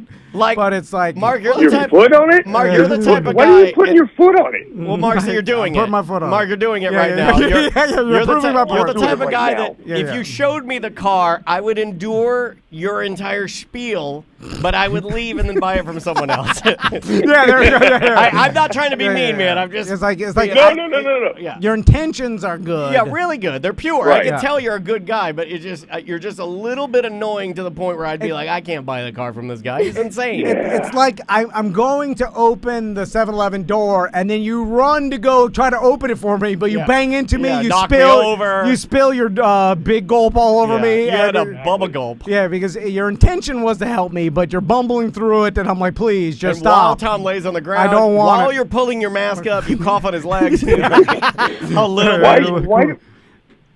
You guys are just repeating what my shrink said like 2 days ago. You're doing it again. You're doing it. I'm doing it again. I'm doing it but I'm again. glad You you can't are. stop doing it. I'm Yeah. glad he. Yeah, you know yeah. what? Put him on the list, Juan. This guy's one of our characters now. Yeah, You just yeah. made the art team, sir. I'm on the art team. You Yeah, are. You're yeah, on the yeah. team. Who is this? Who is this guy? Juggalo Mark? No, it's like he's Chocolate Mark. He's trying as hard as Yeah. he can, but failing horribly with every try. Yeah, he's the annoying chocolatier. You are annoying Doing that my chocolatier. whole life. You are now annoying chocolatier. Yeah, we and know you I'll have, Mark. I'll expect you to appear at all of our events for free. Absolutely. Yeah, you wear a big chocolate suit, but it looks like the doo-doo emoji because you're like, it's soft serve It chocolate. was on sale. I'm And- a It's factory not the defect. poop I'm not a emoji, turd. It's chocolate. Oh, yeah. It's chocolate. Okay, now he's Okay, doing I the gotta voice. hang up on you. No, don't hang up because what's amazing is that He's he making me can't love stop and hate doing him it. at the same time. That's what it is. He's love-hate chocolatier. I'm so addicted to you, and I never wanted to hang up on somebody Like, more. I love you people so much. Oh, I'm he's doing doing it. He's still doing it. There's certain personalities I can't put my finger on Oh, it, yeah. but it's like they're trying and they mean so well, and they're like, Yeah, this guy is naturally the and he's nicest guy. Yeah, su- super nice. super nice, super confident, but everything you're like, oh God, please stop! I can't take Oh, it. yeah. yeah. Then it's like, and it's not even an act. Like No. he can't No. even do it and It's play into the authentic. character. Yeah, because yeah. it's not a character. Yeah. It's a real Mark. So No. Mark, Yeah, yeah. yeah, we know it's you. Oh, we know. You can't be no fake. getting out of it now, Mark. yeah. It's the true Mark. So what'd you make at the old chocolate factory?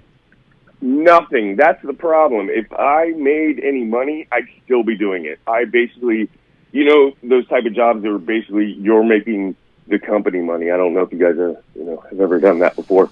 But You could have just said minimum yeah. wage. You didn't have to make it. Mark, again, your very answer. confused now. This is a passion project for you? Your answer was annoying. it really is. Obviously, I have Mark, to check this off my paper. Hang on. we assumed that it was going to be millions. We knew it was going to be minimum wage or close. We didn't. Yeah, think it was basically minimum wage.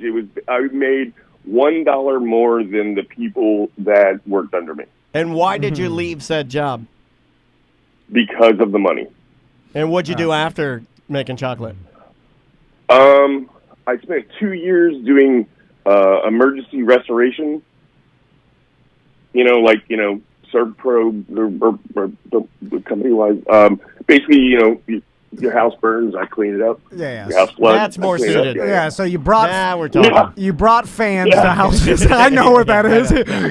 You brought some shop fans and you set them up and you're like, all right, this should be dry in about 10 days. Thank you. You drove around in a van. Now that you. You one, drove out a van with Here's your fans. fans. Bye-bye. you're the fan van man. Yeah, don't I'm make the it sound. fan man, yeah. Don't make it sound more fancy than it is. Just tell me exactly what you do. It wasn't more fancy or more fancy. It was fan van man. Yeah. Just say you drive around high all day delivering fans. We all Oh, know. I wish. Uh-huh. Yeah, and then after that, I've been in my current job for 13 years now, and basically I'm a paper pusher. All right. Like, That's I don't know what really, What's basically, I have a desk job for. Oh, okay. Yeah, it's boring. And how much work do you actually do at that desk job? Yeah. Like, are you there doing your radio show like EJ was Yeah, today? it's an office-based scenario. It's like half an hour a day, maybe. No, actually, I have more seniority at my job than EJ, so I actually took the day off. Oh God. But yeah, no, I do a ton of work. I can do 12 hours worth of work in a day, but I choose to only do one. Mark. I see things different. Yeah. Oh my God! I'm taking a version of Man. myself. It's like the cave painting, and you guys are reversing the steps. Please tell me, Mark, you're a manager over employees. Oh. Are you a manager, Mark? Are there people that I work? am not a manager, Tom. Thank you for making me feel bad. He had to step away from his phone because his CD player playing Korn stopped. He had to step back over and press play on Shoots and Ladders. I was about to say you're the guy. Ladders. You're the manager in Applebee's in Office Space with the flare. You know what I'm saying? Like that's super. Everything's a joke. Okay. All right, Mark. Well, yeah, maybe next week. Maybe next week I'll have all the flair, but currently no. I wear a button up and I push papers around and ask people to do their jobs. How about that? All right. Yeah, that's what Butler does. All right, Mark. Thanks for being on Weird Job, and we'll. This was weird. I feel like we'll talk to you soon. Yeah. You have some ability that we want to tap into. We definitely with our team. want to use your powers. Yeah. We need to get you, Absolutely. Joey, Remy together. Yeah. Throw some Butler in there. Or I something. think we need 6, and if we have 6 points, then that's when the lasers shoot to the heavens, right? Yes. Okay. He's scaring me. Yes. Yeah. I'm peeing my adult diaper. Like, what are you doing? What are you doing? That's how you hook him. He's like, Yes, I'm rabid with fame lust. Yeah. Someone. I'm in your house, Tom, running in circles. His brother-in-law were like, "Are you annoying Mark from the Tom and Jerry Show?" Like, that's me. I'm annoying Mark. I got recognized today. And then that'll keep Bill's car wash. That'll keep him forever. Like he'll from that one comment, he'll Then he never changes, stop. He goes Facebook, licks his fingers, and change status to Mark. Profession. On our team, Tom and Dan, T&D Media Vice President. Yeah. Then he's like, "I am that annoying Mark on Twitter." So and then he goes hot. Yeah. Then he'll have 2 Twitter accounts. It'll be Twitter Mark on Twitter. Then he'll have things, Am Scott Mark says. He'll have one of those. You know. All right, Sam. You're with me with that? There's certain people that have a personality that they mean well and they're super nice, but whatever they say, it just comes off jerky. It's awkward, annoying, or it's like, oh God. It's a little cringy, yeah. Yeah, it makes you cringe. You're like, please stop. Like, and they just can't stop. But I think you and I do that too. But we try to do it on purpose. Yeah. But also he's taking no cue for what like his past failures were. Like, right. You know what I'm saying? Like, right. He's trying hard with every joke. They fail, but that doesn't deter him from keep going under the same dedication, baby. Yeah. He's like completely dedicated. Yeah, you power through to being Mark. Doubles down. Yeah.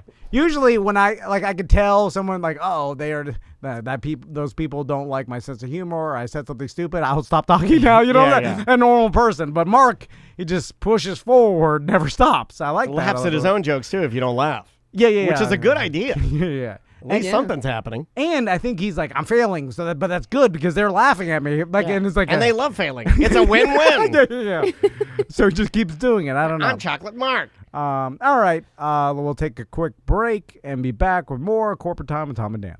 Welcome back to Corporate Time with Tom and Dan. I'm Tom. I am Dan. Nobody's in our studio because we might have the virus. No, we don't have the virus. No, we don't.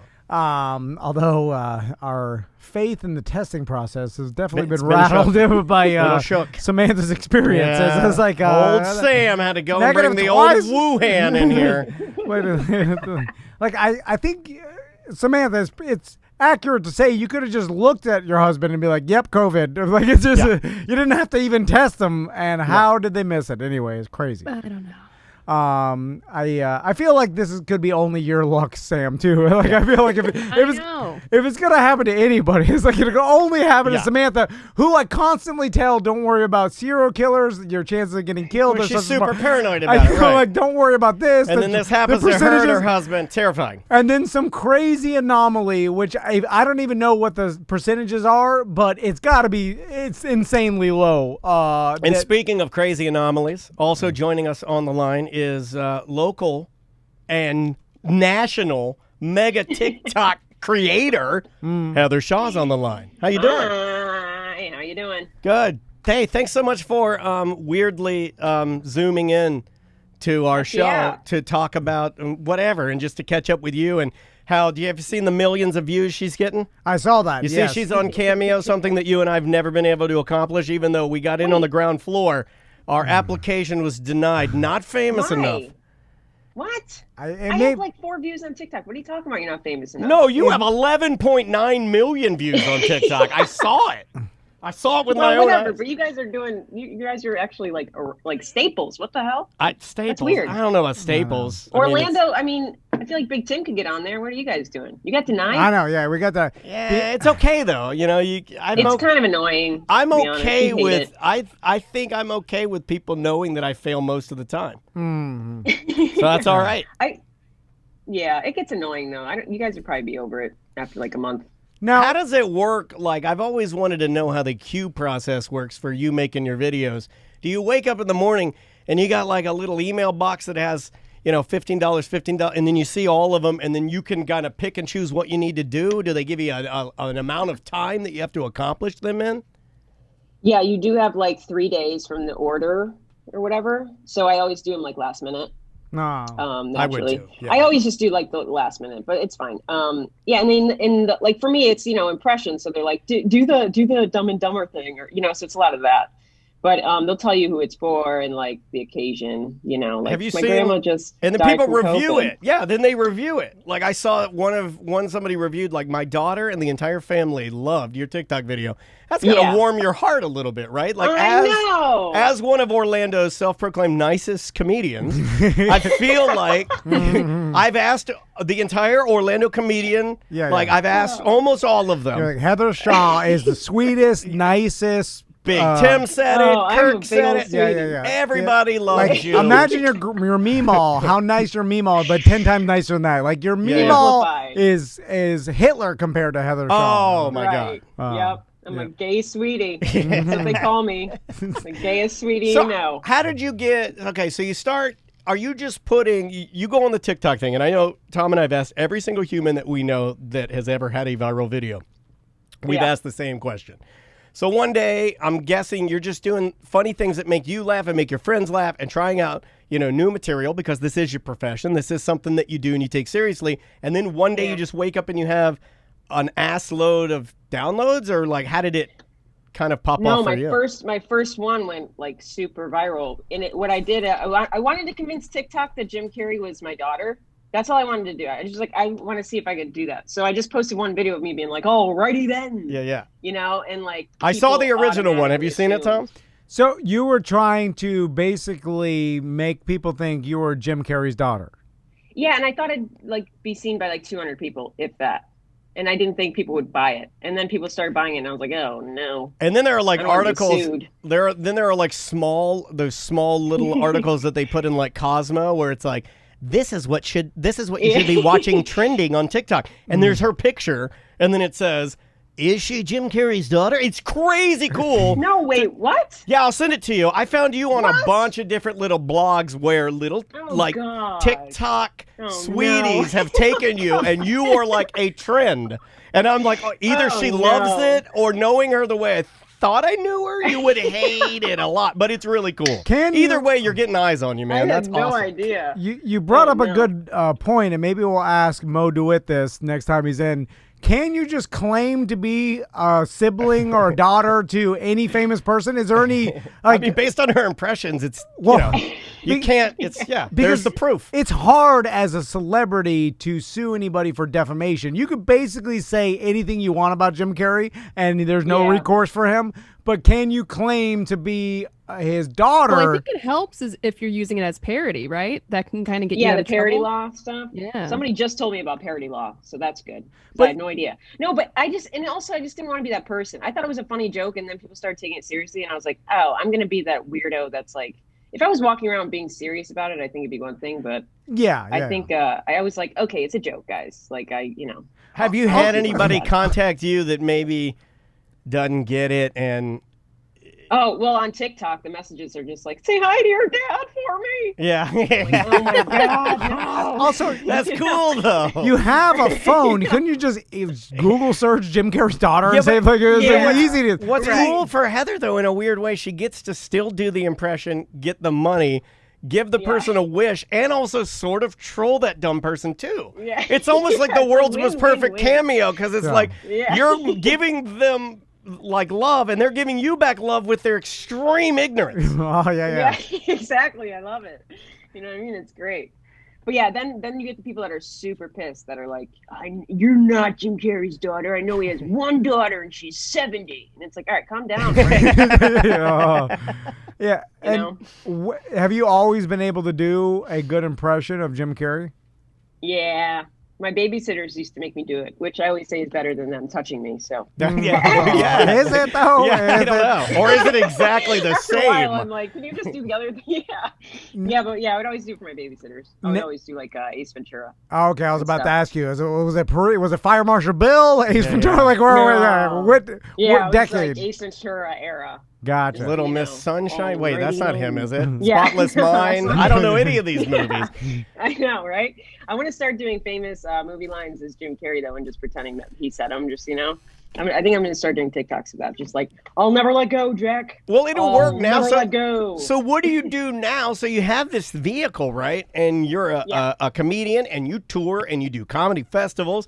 And obviously, we all know that all of that stuff has been, at least the certainty of it right now with all of my friends that I talk to, West Coast, East Coast, doesn't matter. Yeah. It's all up in the air. So what do you, have you been using this to kind of supplement shows that you typically would do? Or, because I imagine when we come out of this, one good thing about this, it was the ability for you to maybe hyper focus some of your talent into videos, or like, for sure. I know you've been doing that for a very long time, but like this though, is this like the first time you've actually seen that needle move, not a little bit, but a lot of it, or? Yeah, for sure. Yeah, definitely. Congratulations. That's been pretty cool. Yeah. Thank you. I appreciate that. Yeah, it's been really fun just kind of like to get to get new people into my comedy. Like on Instagram and stuff, I get to post now a lot more like stand-up clips, and people actually see them, and it's not just my mom and sister, so that's fun. Yeah. But also we're in Florida, so like I've been doing shows on and off. You know what I mean? How is that? It's weird.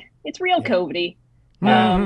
They try to do like the mask stuff, but you're in a bar. Nobody cares. Yeah. So it's definitely. I won't go to mics. I'm not gonna get COVID for 3 bikers in a bar, but I've done shows and they'll like wipe down the mic and everything, but it's still weird. It is. It still feels like we're doing something illegal and the whole country is mad at us for it. Also, it's in the electricity. It's just it's coming out of it. It's everywhere. Let's talk Jim Carrey for a moment. God. Who's that? Jim Carrey, is he insane?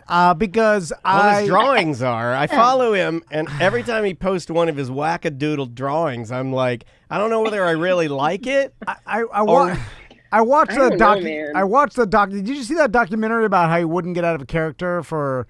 Yeah. But I'm that Andy Kaufman thing. Yeah, but then I'm like, well, is this kind of like a super artsy? You remember when Joaquin Phoenix pretended to be a rapper and then he did this whole thing? Yes. And I'm like, and even that was cringy. That's my favorite movie of all time. But at least if he was doing it on purpose, and then I'm like, oh, he's just super artsy, not insane. But I'm like, is Jim Carrey insane? Do you know? He might be. Yeah. I really don't even pay attention to him that much. But his paintings are weird, right? They're like I don't know, like scribbly. They're like kind of digitally. I don't know if they're portraits? digital, Like, they kind of look like he drew them on his iPad when he was, like, sitting having, like, cereal with his kid or something.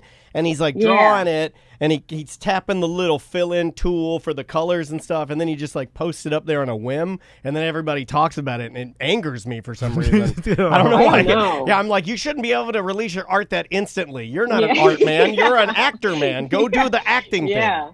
God. I know. Maybe he's just so bored with it. I don't know. I think it's like super spiritual now too, right? Yeah, I think guys like that though are always going to be like he's always been, I think, a complete weirdo. Yeah, I think he's always been a weirdo. Yeah, probably. He's like a comedic genius, and most of them are weird and 100%. Insane. Like that guy can morph in his body into like a completely different human being. So, like, of course, we're going to look at him and think he's odd, you know? Heather, yeah, for sure. I want so let's go back to TikTok for a second, because me and Daniel were talking about this, and we're entering, or we live in a world now that's bizarre in the fact that you can have millions of people that are watching you personally, and then absolutely no way to turn that into income at all. Like there's like think of the number of eyes that are on her daily. We have just surfing the old Cameo. That's pretty rad. If there was, what was your last the TikTok that blew up?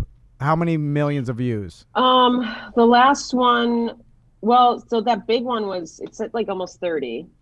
But the last ones have been like I'm almost at 1 million with these two that I reenacted Jim Carrey scenes. Yeah, like so followers. They're like 950 right now. Yeah, followers. She's gonna get there. I mean, but so the last one, that one huge one had 30 million. Yeah, views. Yeah. So I think it's at 30 now. Let's. It is. I looked at it. I think it might be right under or over. I don't know, but it's huge. Even if we said, all right, let's be conservative and cut it in half, and literally like people watching it over or whatever. I don't know. 15 million. if someone in the 80s was told like there's a person that had 15 million people watching this, watch her video, yes. Or even listen, we go now is even better than the 80s because it's so segmented. If you said that there was a market somewhere with 15 million viewers that were watching something, you couldn't put a price on it. It would be insanely valuable to the. I mean, crazy. It means nothing now, though. It's like it does. It means. Well, I mean, I don't it's know. cool, but like, there's like so many. Listen, it's just. I mean, it's really fun, but yeah, it's not like where you get 15 million and then all of a sudden you have like.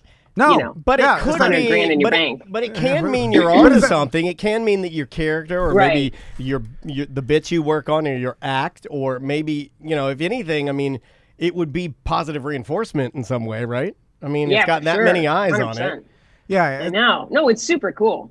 It's great. But a lot of people get caught up in like, if I get 100,000 views, then my life will change, and it's like, just like have fun with it, but don't expect it to be this like, instant overnight thing. Yeah, wake up in the same bed. It could literally be nothing. Like you could not even make. Right. I mean, why would you tell her that? No, not her. But you're already so sorry. No, dude, I don't care. But it's like it's so true. But no, Heather's already an entertainer, so it's valuable to her. But I'm saying like there's tons of people that create viral videos of millions of views, and then it's nothing. It doesn't make them $1. And then they go back to like working at Petco. Yeah. There's nothing that can be garnered from it. They try again, or whatever. They like. It's a nothing. But that's crazy. It's like, how can 20 million people seeing you do something be worth nothing? Absolutely nothing. It's crazy. Are you welcome to 2021, baby? You said something that really piqued my curiosity. Tom, are you a Petco man or a pet supermarket man? I don't go to those places. You don't? Well, where do you get your dog's nudgies at? Well, first we or Greenies. The supermarket. My wife can't walk into those places because the bird bins. Where they put the dead birds. No, she just, and then the puppy. Oh God, it's a nightmare. It's literally the house of horrors for my wife. I took my daughter into a puppy store. The one over here by the Ace Hardware. I took her in there the other day because I wanted her to get full-blown American COVID. There's too many bird bins everywhere, and like it's full-blown American COVID. We did go in there and walk around, and then I said, "Oh my God, what kind of a parent I am!" And I grabbed everybody and pushed them out the door. That's a true story. It's not actual animal abuse, but it's animal abuse's cousin. It's not. No, it's not animal abuse because all the animals there are abused.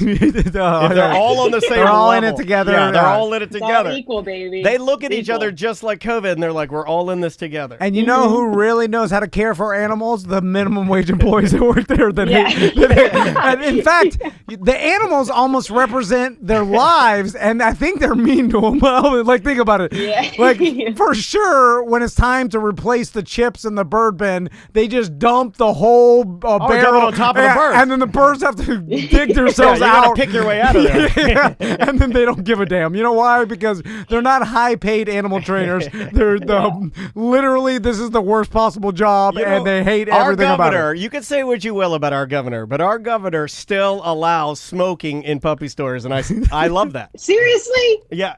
I gotta go. I gotta go smoke. I made that up. Yeah, how can Man, Heather? How I can would buy it. we be the same society that goes crazy over Blackfish and like SeaWorld and like meanwhile the trainers they're like high paid professionals. There's doctors on staff, like literally like the most professional I don't take people. them serious because they're wearing a wetsuit. And then on the Yeah, right. And then you're driving right past a Petco that everybody who works there hates their job, hates their corporation they work for, probably hates the animals, and probably takes their anger out on the animals. Let's be honest. For Like, sure. For sure. They're mad, and they're like, well, if Scooping dead fish. You don't do it like my you don't hours. do anything real bad. You just put like a little bit of Taco Bell fire sauce on a bird's feet to make them sting a little bit. You're messing around. I mean, I used to work little at stinger. I used to work at Champ Sports, and the stuff we used to do to try to get back at the company, we do. What would you do? Give me give me your favorite. You know, Do a little bit of pee-pee in the corner of the room. Yeah, but it's just like, whether we're stealing from them or actually giving customers bad service to try to in some way damage the company. You know what I'm saying? Because we hate I like that. we hated the company we worked for. That's what you do That here. makes sense. Because so I think I would be like, you're mad that you're getting minimum wage. They take so much taxes. They're making you work overtime. All BS. Like they only give you a half an hour lunch. I'm just saying that you probably when you're dumping the hamsters in the bin, you don't take care. You just dump them out, let them land on their heads, and scurry off. I'm just saying. For sure. Sure. You think they're even animal lovers? Like. No. Yeah. You're just tossing those ferrets around. No way. Okay. Oh, wait, there's a ferret store? There's got to be, right? Let's I talk feel like about ferrets for a second. Okay. Who in their ferrets, right mind? Socks of pets. Who in their right mind gets those and is like, you know what? This is better than a dog. Ugh. No, I mean, ferret owners are just people that I feel like just have bad hygiene. And I'll say it. I'm putting it out there. I agree. Like they just look like they maybe just, brush your teeth once a week. They're musky humans. There's some BDMs that have ferrets. Oh, no. What have I done? No, but I will say that if you do own a ferret, there's something, There's something going on. You need a little therapy. It's a different world down there. Yeah. It's scuba diving. You've chosen a path. You probably not. If you're how long do they probably live? Not. If there's no kids involved. Yeah, How long do they live? Sam, are they like 5 years? Are they 20? What are we doing? Sam, how They're not long? that long, If are I they? get a ferret, and you got to get them in a pair, right? Don't they have to twirl around Do like you? Ricky Tikki Tavi? No. They're dancers. Yeah, don't they just scurry across and like hide? I don't understand what they do. No, that's sugar gliders. I'm thinking of that. If you neglect a sugar glider and you don't hold it next to your boobs at all times, it will literally, its heart will break and it will die. Oh my god, no! Yeah, like this is a real That's cute little awful. creature. It also has a very strange looking anus that goes and how do you know? in and out repetitively like almost like a 30 cal on an A10 Warthog. This shows how stupid animals are, because parrots do something similar where if a parrot gets lonely and you don't give enough attention, it'll start pulling all its feathers out. Yeah, that'll help you attract people, you idiot. Yeah. Maybe that's why your wife likes birds. Yeah, you should start pulling. You should start pulling your hair out. And literally, it only has feathers around his head, and it's complete. It looks like a bird, like a turkey. It's got the bird skin, and you're like, "Good job, bird. You made it worse." How you were so lonely, you pull all your feathers out, you idiot. Anyway. I've never been that lonely. Sorry. So I think we've done a lot of good here, Heather. Heather, tell me about a cameo, and I know we talked about it a little bit, but because me and Daniel had this debate on the show. Have you heard the Kevin Malone? I forgot his name from The Office. That actor, he made like $1 million off a cameo. Jeez, did he really? Yeah, well, it was like a record, didn't he? He set some sort of a record for most, yeah. And then and I was like, what? I was like, no way. I started thinking that this was just some cameo publicity stunt or whatever. And then I did the math and I was like, well, it's only like, it was like 20 something videos a day. I was like 5 Monday through Friday. Oh God, really? It was a lot. And for what he charges, but 20 videos a day, if that was your complete work day, and if you wanted to dedicate yourself, it's not that bad. It's not. Yeah, I think you do like 30 seconds to a minute. And so basically, is it organized easy enough? So say you had 20 videos you had to knock out. Do you just go one by one, and is it a one-click kind of thing where you click play, record yourself, and then once you hit stop, you have the ability to either send or redo? Exactly that. Yep. You just hit the button, record your thing. If you like it, you can upload it. If you hate it, you can just redo it again. I do mine all the time because I have no idea what I'm doing. So I just keep doing it until I like it. Right. But theoretically, and you want to do a good job because your rating stays high. And and plus, they asked for it. They want something good. They're paying. If this guy wants to do a little Kevin Malone and give you a one-liner, he could rock it through. You could probably do 50 a day, no problem, right? Yeah, I mean, it's really not even that hard work. It's all just be like, hey, Aaron, it's saying their name, it's doing the thing they requested. I'm sure he gets like the same 3 requests, honestly. And then there's stuff you can't do, right? They're like, you can't. I don't know. You can decline requests. I've only declined one. And he said, that's because he said, show me your butthole. I'm just kidding. But I did decline one. I knew you would sneak that in there when you were ordering Cameo. Also, I knew you were lying because you would do that. Yeah. I absolutely would. That's true, because I'm sitting on 5 cameos you sent me this week.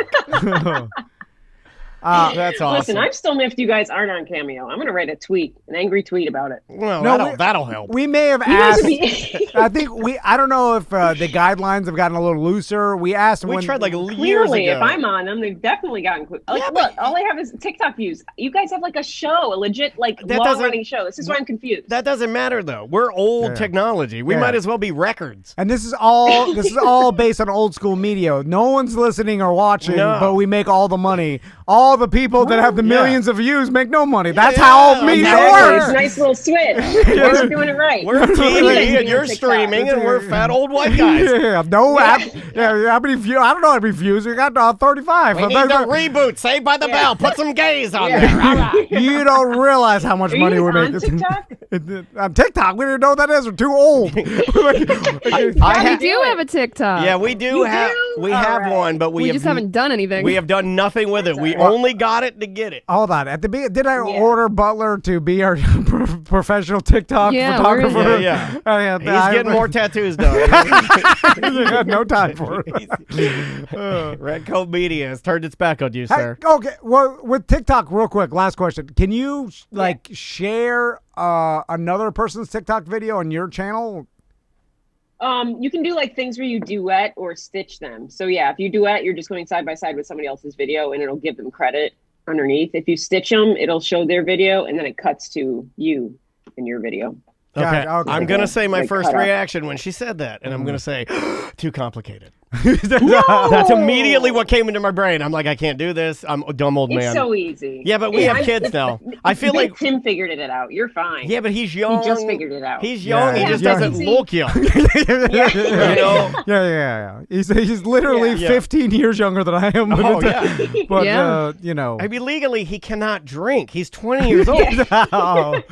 Just so real time. He just figured it out. So it is kind of. It's not that hard. You'll be fine. Yeah, well, we'll just give it some social media. I don't know what to put on there though. And everybody I don't want to put clips or something. I don't know. I was gonna do this bit where I pretend to be my mom and then give tips to myself. No, I'm kidding. Yes. Everybody does that. Everybody does lip syncing 12-year-old. I might do that. I'll start doing Jim Carrey impersonation. Yeah, there you go. I'll do. Let me tell you something. I'll give you a couple. Do bills. Don Vito impressions. I don't know. Nobody wants that.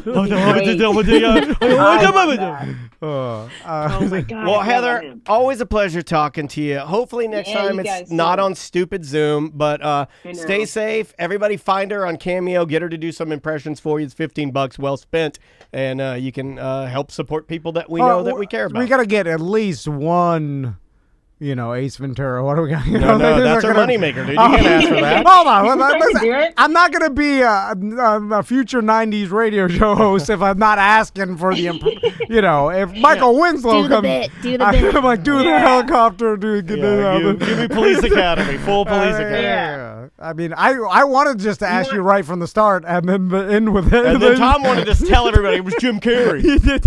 Yeah. So I'll give you an alrighty then. Okay, that'll work. Alrighty then. Oh, that's a good one. That's good. That's good. Yeah. That's a damn fine already then. Well, hey, take care of yourself. We'll talk to you soon. You too. Thanks so much, guys. Later. Bye. Be good. Bye. That is Heather Shaw, live from wherever Heather Shaw is, because now you don't need to. Oh, there's Sam. Hi, Sam. Oh, hold on. I turned you down. You could do it alrighty then, right? I've never tried. I never even heard you do. I don't really do impressions. I'm more mimic people. Yeah. You know? I know that. Alrighty then. I don't know what he does. Smoking. Like those? Like, I don't know. I'm not a movie guy. There was a girl in our high school that she had big Busey jumpers. Oh, yeah. And, God, we were horrible because now I'm thinking back. It was like, the girl in my high God. school that had the Busey jumpers also had an artificial heart. That That poor girl. Oh, my God, we were so mean to her. But every time. Like, that horse has an artificial heart. Every time in class or whatever, everybody would yell out "smoking." Like what? Count to three? Everybody drop your books at 2:15. Just every time she walked in, it was bullying. It was bullying, and I was a part of it. Now I'm thinking about it. That how you bad. Were the loudest smoking. No. I didn't come up with smoking. it. I'm a bully. No, I did smoking too, but I did it. You were the meanest. You were the loudest smoking in there. You were the ringleader. You started it. No, I didn't. Hey guys, let's do some smoking. This dumb horse is about to walk in. No, I didn't do that. I did it just to make them laugh, and I don't think she heard it. So I was doing it just to be cool. The whole entire crowd screaming. And she looks over, she's like, who's that young boy with a stooge haircut? He's not saying anything. He's keeping to himself. My hero. I just want to be friends with the bullies and make them think that I'm cool like them. You know what I'm saying? In high school, so that you don't get bullied. Yeah. So I'm like, infiltrating. I'm like, get those nerds, not me, because I'm like you, but I don't want to hurt their feelings. So I'll just say smoking to you and make them think, hey, smoking. But then you look at the girl and you're like, no smoking. If it's you guys, that's smoking. And if it's you, I don't say smoking. Oh yeah, that's weird, man. Yeah. I never knew how tortured you were in your brain until we started like conversing more. I feel like it's been like the last 5 years that you and I've really kind of dug a little more into each other's psyche, and I kind of blame my own anxiety because the more we would dig into mine, it only felt right to dig into yours. And when we dig into your brain, I feel like you have a lot of this. Almost this self-dialogue. You have like this weird self-narration where you're having an argument with yourself while you're just staring into the sky. And you're yelling at your... That's voices in your head. That's a crazy person. I'm actually being serious right now. You and I were talking this morning about how you don't typically yell at people, right? No. We were talking about that. But I feel like you do, inside your brain, you have screaming matches with yourself. Oh yeah. I mean, not like that crazy, but I'll just be like, all right, this is the way I imagine things are going. This is what everybody's thinking. And then I'm like, all right, even though nobody's thinking that, and like I'm setting the scenario of what does this person want? I got to make him happy. Like, right. What is he thinking of me now? I better. I don't know. Like all this unnecessary things that I'm thinking about, torturing myself for no reason. Yeah. Sam, how's it going? Still, you still non-COVID? Still got no COVID? Still non-COVID over here. Non-COVID over there. Are you even like, in the morning, sometimes you wake up with allergies or whatever, like it's got to be, you're like, oh, COVID. I do. Every morning I wake up with COVID. Yeah. I wonder, like, do you now, or are you at peace with it? Now I think I'm a superhero immune to everything. No, okay. COVID can't touch me, baby. Oh, no. What, if the doctor's like, yep, and it comes out positive, it can't get COVID in some genetic. I'm going to take a trip by myself without my family. I will. You're good. I will. I will do it just to do it. You'll be immune. I'll do something I've wanted to do that they don't care about. There's people, I guess that's already been proven not to be the case. I mean, it was obviously so like, but anyway. But they're looking into the possibility that there could be some connection there. There are people that are genetically immune to AIDS. Like it's some small batch of like mutation in Europe, and there's a bunch of people that cannot get AIDS. And and then there's other. No matter what. Yeah. No matter if what. I took a vial of AIDS blood, straight AIDS. Yeah. 100%. Yeah. Didn't cut this with any other disease. Pure AIDS. And I shoot it right into your BH. Yeah. Or your veins. Yeah. And then your body would reject the AIDS? It's not, you want it, it's immune to AIDS, basically. That's crazy. Yeah. And I think there's probably in every disease or there's people that are immune to it just from their biology. What disease would you want to be immune from? I'd want cancer.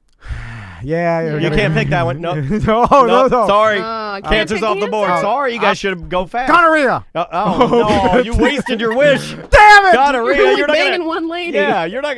I mean, only if she cheats on you. You're not going to cheat on her. God, I got too excited. And I feel like those are the ones you can live with. If you're going to sleep around, you go AIDS. Yeah. Herpes, that's just because his piece. It got a bad marketing through the 90s. Yeah. I was always afraid of herpes. It was a number one. What's the best one to get? I mean, they're all bad, but for us, HPV because it doesn't do anything. Give me that one. Team HPV.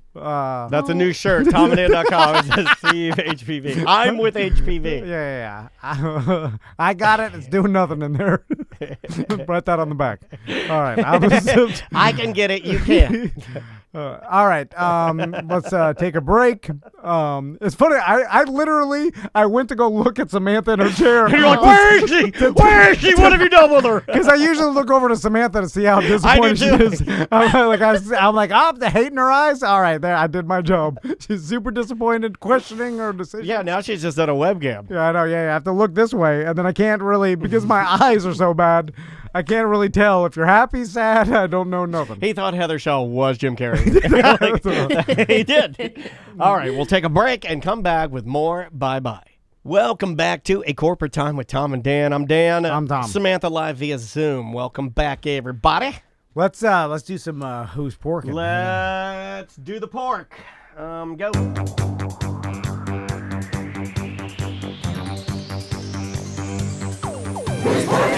Now we've got Samantha live via Zoom. Zoom. She says she's not wearing anything on her poon. She said that, not me. Just repeating what she said. She said she wasn't wearing any pants. And HR's not here because the building's been cleared for COVID. So everybody can kiss my ass. Yay! We love porking! Yeah! Who's Porking? Brought to you by Porky's Barbecue right there in Apopka. Swing by and get some dried roll. Pork is in Apopka. How you doing, Sam? I'm doing good. For some reason, the word poon just is not used enough. Yeah. I feel like maybe that's old, like a 90s. That's 90s, yeah. My dad loved that. Loved it. It's a good word to describe that, and I feel like it's not that dirty, right? Like, I feel like it should be the abbreviation for, like, if you bought a pontoon boat, it's not a pontoon, it's a poon boat. Okay, yeah. Pontoon. Yeah. Poon. Party boat. On the P word for party. Where do you put it on the spectrum of offensiveness? I don't think it's offensive. For that word. And in the C word being top. That's pretty offensive. So C word, then S P word? S word. S word. P word. No, go C word, then S word. Yeah. Then S word, then P word. P word. P word, then V word. V word, then Lily. Oh, no, where's the poon land in that? P word, then poon, then Lily. Okay, well, P word is the other one. Yes. Okay, yeah. I feel like there's some other ones that are there real are, vile but that's in there. Yeah. I mean, I thought S word's pretty. Although S is this, right? I don't think I'd use poon to describe, like if I was in front of my boys, I feel like that's too dirty 90s. You know what I'm saying? Like, How about clam? Where do you stand on clam, sir? I'm going to filibuster you now. What are you doing? You're like, a-da, a-da, a-da. What are you doing? Are you okay? Sam, he's freaking out. He can't take a stand on the clam. Take a clam, Sam, man. All right, Did you sorry. look over for me again? Sorry. He did. He looked over for me. There's no Sam. I'm like, And now he's crying. no clam. Don't say that. No Sam. All right, Who's who's All right, Borkin? clam? So this actually was a story that Dan forwarded to me, and I've did a little bit of research. But Travis Barker and Kourtney Kardashian are now porking. Yeah, that's a crazy pork, dude. I guess they've been friends for quite a while, and I guess he's also made some appearances on Keeping Up with the Kardashians. I don't watch that show, so I was not familiar that they even knew each other. But Me they both neither. live in the same Calabasas, community. They hang out together. They've actually been questioned before when they've been out at like lunches and stuff. And Travis Barker has denied it, for years now. Like, no, we're just friends. Like, I love her, but she's just a friend. But now they're porking. Now, remind me who Kourtney Kardashian is. Which one is that? There's Chloe, which was try to be not mean, was a little bigger, and then she lost a ton of weight, right, Sam? That was Yeah. Chloe. And she was married to a basketball player. at one Correct. time. Okay. And then you have Kourtney was with Scott, whatever his last name is. Yeah, What was his name? older, had kids first, I believe. And that guy was on the show? Yeah. Okay. Yeah. Kind of jerky looking. Right. Like douchey looking dude. Okay. All right. Yeah, so like she's dating Travis Barker now, which I guess age. And they both have kids Yeah. too from separate marriages. So I think it's the right age too, right? It kind of seems like it is. Like very similar, very close maybe. Because what is he now? 38? 36? Travis Barker's 45. Oh, 45. And My God, he's Kourtney Kardashian is 41. He has older kids. I think his youngest child is like 15. And she actually has like a 10-year-old and like a 5-year-old or something. She has Man, younger kids. I had no idea that Travis Barker was older than I am. I had no idea. Do you find it odd, Samantha, like, the type of guy, and maybe I'm wrong, maybe Travis Barker's not that guy, but this Travis Barker, I assumed, grew up playing in like punk rock bands, obviously then made famous by Blink-182 and Sure. like going through the touring life and that punk rock life. There's a certain like personality trait that's associated with that and like what you're into and who you're attracted to and that kind of thing. It seems weird that personality type is with her. Here's the thing, though I though. know nothing He's about a her. fan. He's a fan of like all different types of cultures. He plays in like a ton of different bands. He did a whole album with Lil Wayne. And also think about it. He's been rich and famous for years now. Yeah, yeah. They've Remember been in his the same show? circles for years. Do you remember now. his show with his yeah. wife, who was his first wife? They had a show together where she was like, what, a Miss America or Miss She was a model or something. Miss yeah. California or something, and they had a show where basically it was the punk rock or pop punk version of Keeping Up with the Kardashians. I mean, this is pretty textbook if you think about it. Yeah. Yeah. He's already done this many, same thing with the Good Charlotte guys, the Madden brothers. So these are guys that have like floated in that weird upper crust California entertainment world for a very long time. And I made a mistake that I constantly make, and I think people make. I thought about this the other day where I was like, man, I'm about to turn 39 years old, and I was like, I've lived in Orlando longer than I lived in Miami, right? So, and really, if you look back at like your conscious thought and stuff, what do you have, like from 10 to 18? Like I moved away from Miami at 18, so really, like, and as it's kind of an adult moving around, it was only like 5 years that I, really kind of knew Miami. Right. And then, but then I will tell people I'm from Miami. I don't know anything about Miami now. I've lived in Orlando since 2000.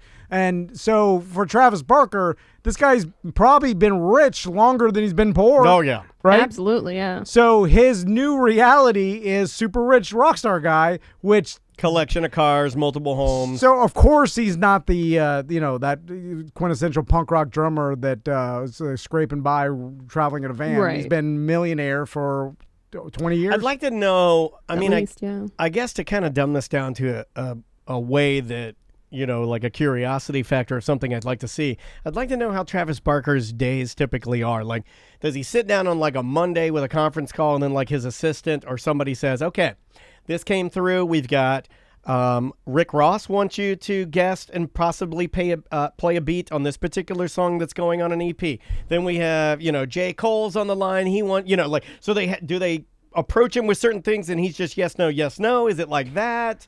Like, probably at this point. It'd be kind of fun to peek behind that and see how he kind of runs the operation and then weaves that in between his family life. So what I would like to, as a TV guy, I watch more TV than I do movies, I would like reality TV to take a step back and take away all the scripted stuff and give me like the business aspect of how he runs his family, but you'll never get that. What I'm asking for, you'll never get because it's probably pretty boring. Yeah, I'm about to say, it's so boring. But it wouldn't be boring to me because to me it's fascinating to see how he would be able to work that schedule but also be a dad. And it may not be, but also it might paint him in a light that's not that good because like if you see how he authentically lives his life, you may go like, oh, there are places that he's neglectful or what. I know that people would say that about me. Well, listen, I'm not perfect, I make a lot of mistakes. There's also an army of nannies and assistants that we don't see. But I want to see that. Yeah, when you get rich, but they're embarrassed. Like there's a certain embarrassment that people have because they live their lives different. Like once you get to a certain status level, and you realize, but I don't expect him to be like I am. But I think really people in America does. Really? Yeah, dude. We're stupid. Well, I'm including myself. I'm stupid about a lot of stuff, but I know that like there are people in this town that I know that are friends of mine that are very wealthy that I know don't live the reality that I do and never will. But we want the image of Travis Barker like being a rock star and having an everyman, a successful like a clothing company because he's got that. Does he still own that thing? Famous Stars and Straps. I don't know. He probably still has. I'm not sure if he still owns that or not. He might have sold it. But maybe so. We want to imagine like this guy, a hard worker guy that can go out there, but still goes back to his family, and he's still like sweeping the garage on the weekends. We want to relate to like him doing dad stuff, like, and then it really is just an army of maids and nannies. This guy's sweeping no garage. Like, you don't have time for that. Like, he's a busy guy, but his schedule, and then he probably has a schedule and playing with your kids or kids' days and stuff. For the most part, it's like guys getting touring, going to this place, I'd be willing to bet that if you looked at it, you would see the sacrifice and you would see the areas of neglect. And again, I'm not putting anything. And negative I don't know on this. Who knows? I'm just saying that I would look at it, and you're right. Like you're not going to share much of that because there would be parts of it where you would. You have to sacrifice, right? Yeah. Everybody does. Like they have their own. They don't have to cook their own meals for the most part. Some might want to, but it's like you have someone make your meals, clean your house, or watch your kid, take your kids to school, do something now, because you have to live your life like that. Sam, this ties in, but sort of ties in. So where are we now? So we see Travis Barker, Kourtney Kardashian, possibly together now. Where are we at with Kanye and Kim?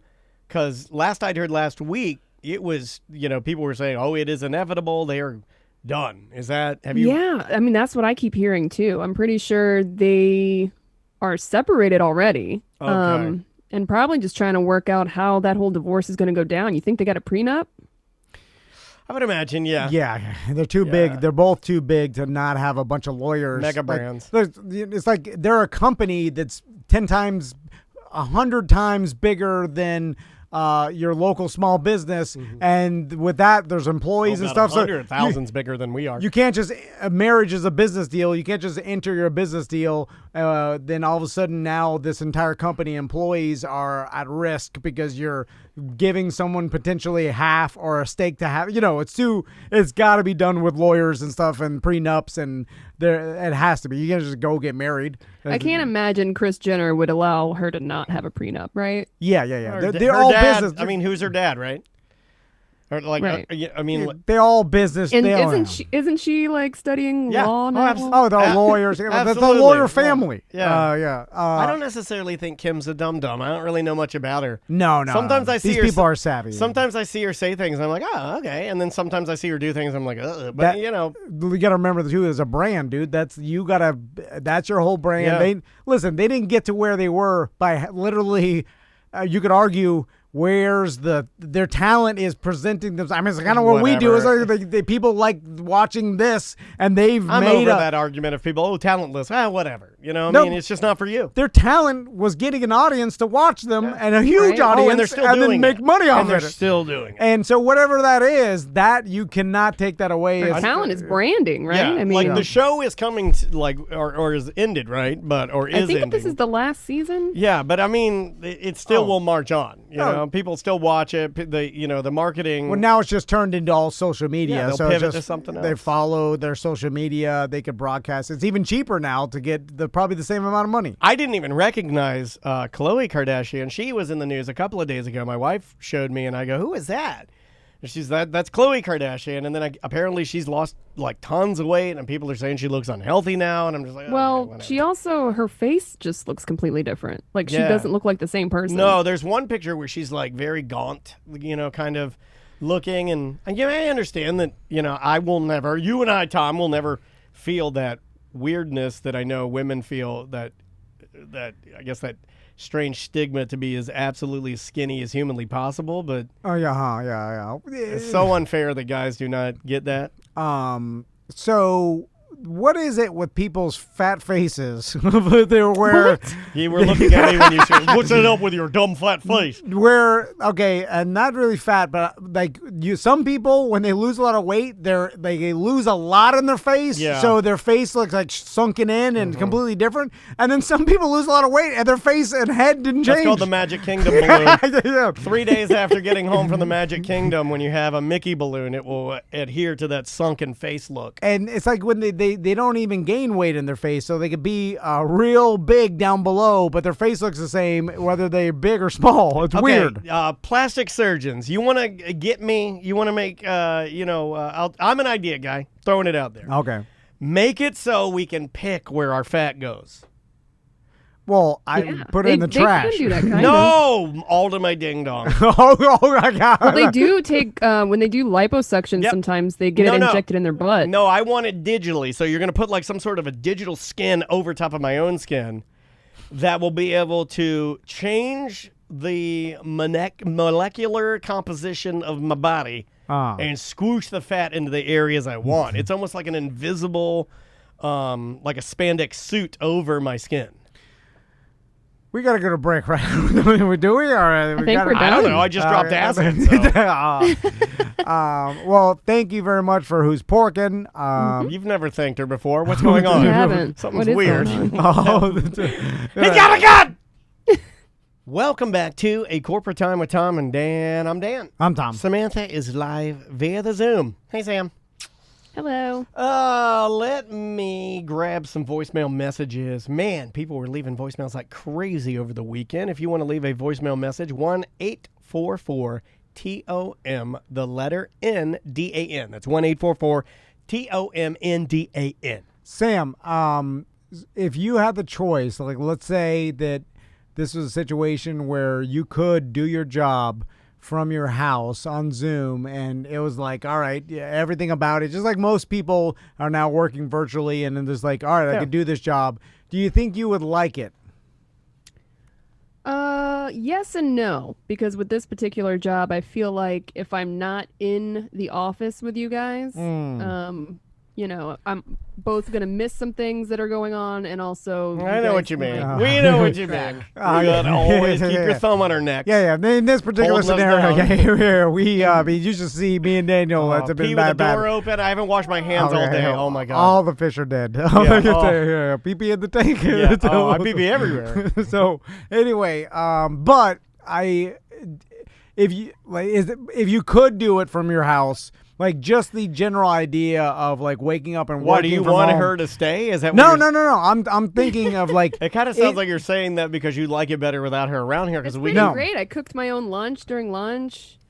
Had plenty of time to do it. Yeah. And, you don't have to wear pants. Yeah, it is nice not wearing pants, not wearing shoes, just wearing socks. But could there be a psychology of where you miss leaving your house and going somewhere? Because I've talked to Crystal, works from home, and she does say it's like it's hard to get into the mindset of like, this is my work time. And it's like, I almost have to like take a shower, get dressed for work, and then start working because psychologically it's, and Andrea gets up, takes a shower, puts on a full dress and dresses up, and then goes right downstairs to her office. Yeah. Because it, like, to her, she says it makes it feel initiates, more like she's at work. And if you didn't, because a lot of people say like, "Oh, work from home is great. You don't have to wear pants or pajamas or whatever." But you could poop your pants. But I think that would screw with you after a while Yeah. because then you're not in the mindset of work. So you're just like, "Oh, it's just not ever like." Unless that satisfying. becomes the new mindset of work. Yeah. I don't know. Anyway, and that'll take a little while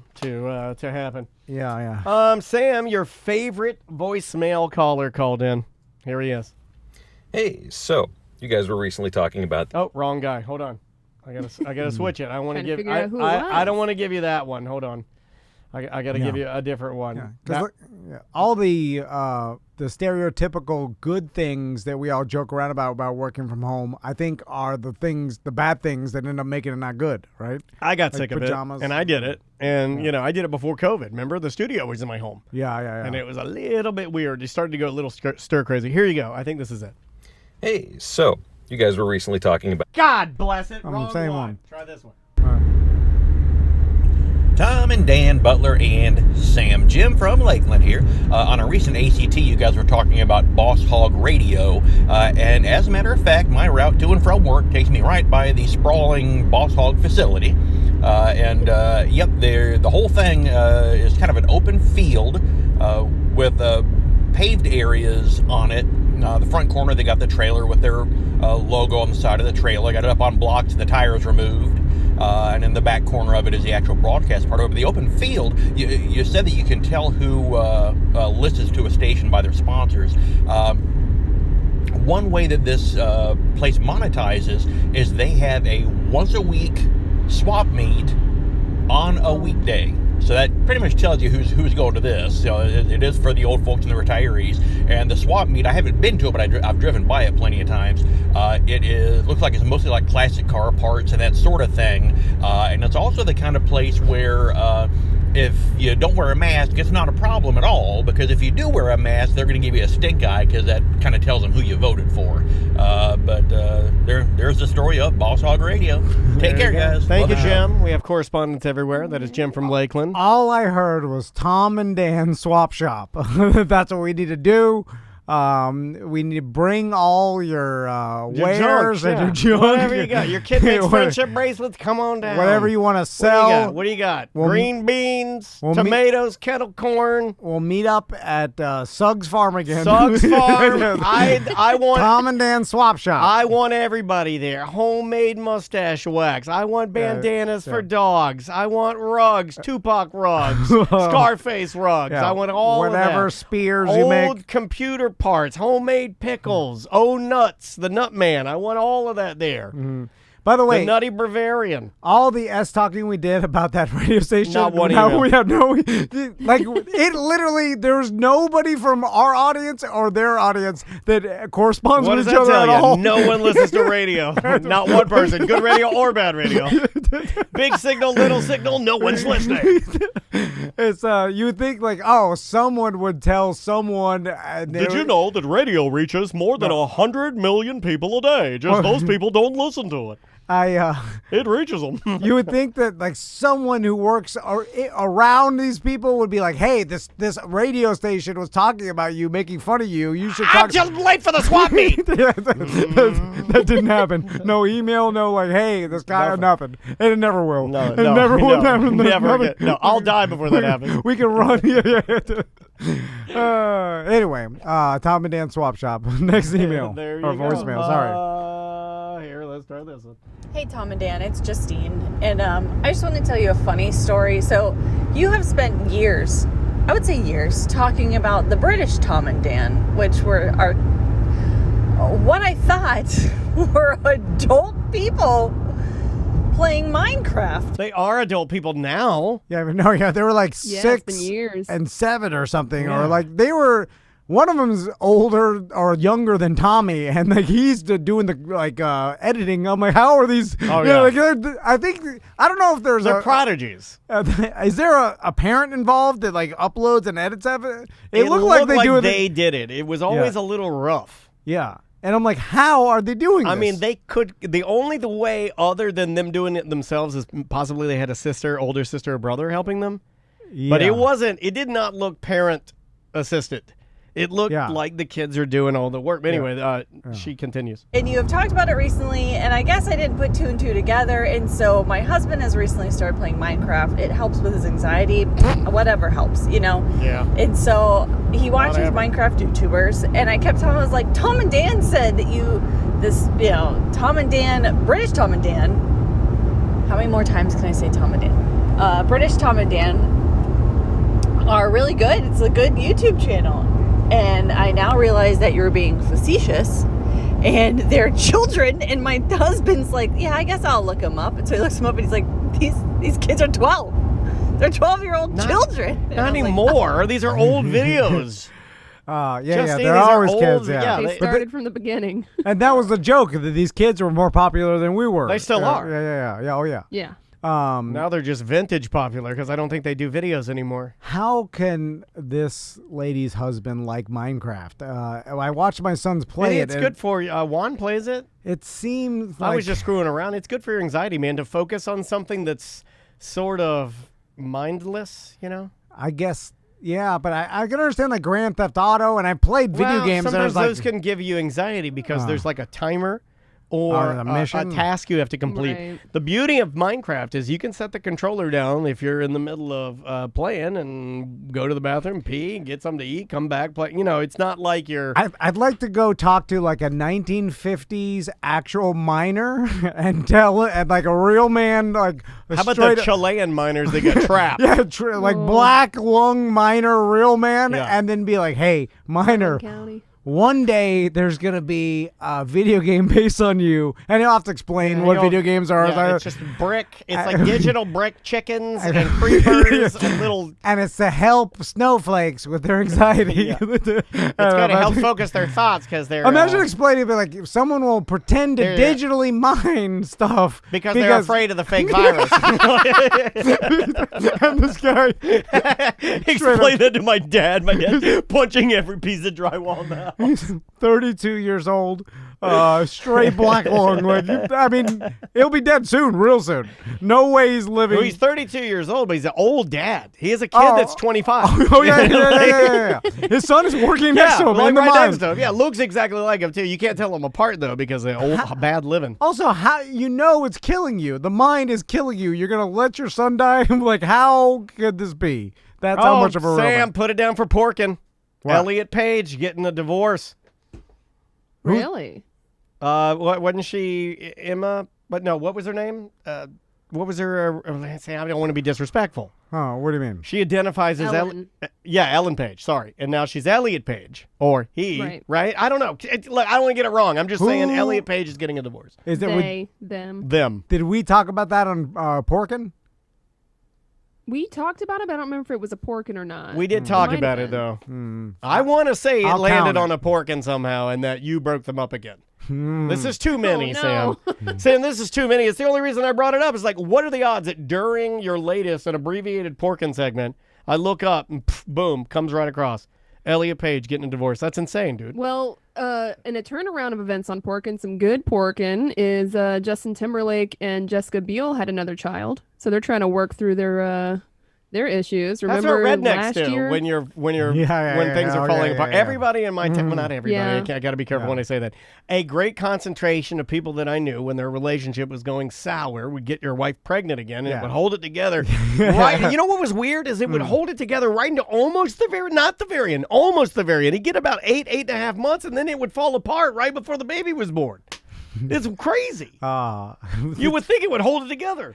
Is it that this is going to be another symbol of our love, or it's going to be so hard it'll distract us from our misery? What is it? I don't know. That's a great question. It's like having a baby. A little bit of both? It's going to be.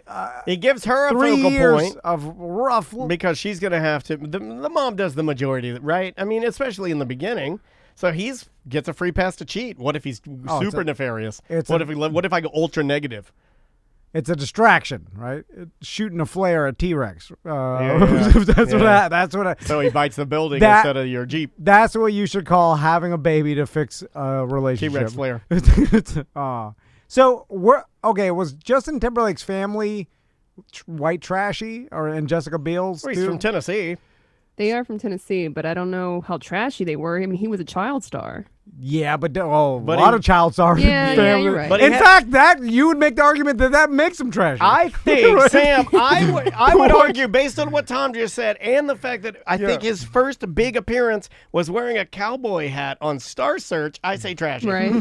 I say trashy. You see? Is that approved? Yeah. I think based on those two things, if you're from Tennessee, tick one box. If you're on Star Search wearing a cowboy hat, check 2 boxes, and we finish it out. You know, if your parents pushed you out on stage, tap dancing. You get out there, honey, boo boo. And you and the Mickey Mouse. Look at Britney Spears. Come on, you're Sam, gonna get us out of this trailer. Don't you dare speak ill of Miss Britney Spears. You put that cowboy hat on there, and you get you and me and your father out of this trailer. You go out there and you sing "God Bless America" like your life depends on it. Britney Spears family, Timberlake's family. Guess what? Let's see if Jessica Biel. Was she a child star, actress? She was on Seventh Heaven. Was she young? She was like a teenager Oh, then. trashy. Dude, I'm telling you, this is the trash family. Well, I'm just saying, you came from a trashy background. You're cheating. Oh my God! Hey Sam, he was singing Hank Williams Jr. on Star Search too. Thank you, Grady, for the info. Thank you, Grady. It's in them. The trashiness is part of their DNA. So the first sign of trouble in their marriage, they're like, "Let's have a baby." That's what trashy people do. The bingo bongo. This is exactly. Daniel, oh my you're right. God! What if he's been a trash person the whole time? Of course. Remember when he was in NSYNC and everybody saw him, and then what did he do? Right? He got the cornrows, and everybody's like, "Ew! What were you doing? Only trashy people would do that." There you go. Yeah, he's done a little bit of that. Yeah, it's a little bit of that. But come on, they for sure. That's what they're doing. The all denim that he wore with Britney Spears. That's trashy. Well, Britney and Justin are both from the South, right? Jessica Biel's from Minnesota, and before she got her booking on Seventh Heaven, she was a vocalist. So maybe she's not as trashy. No, there's Minnesota trashy people. For sure. Yeah.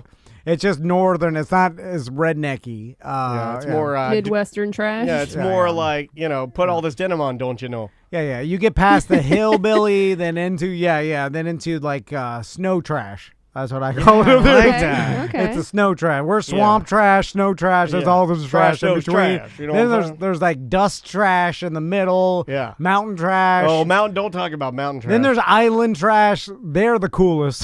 They are the coolest. Yeah, but everybody is out. They all got their flaws.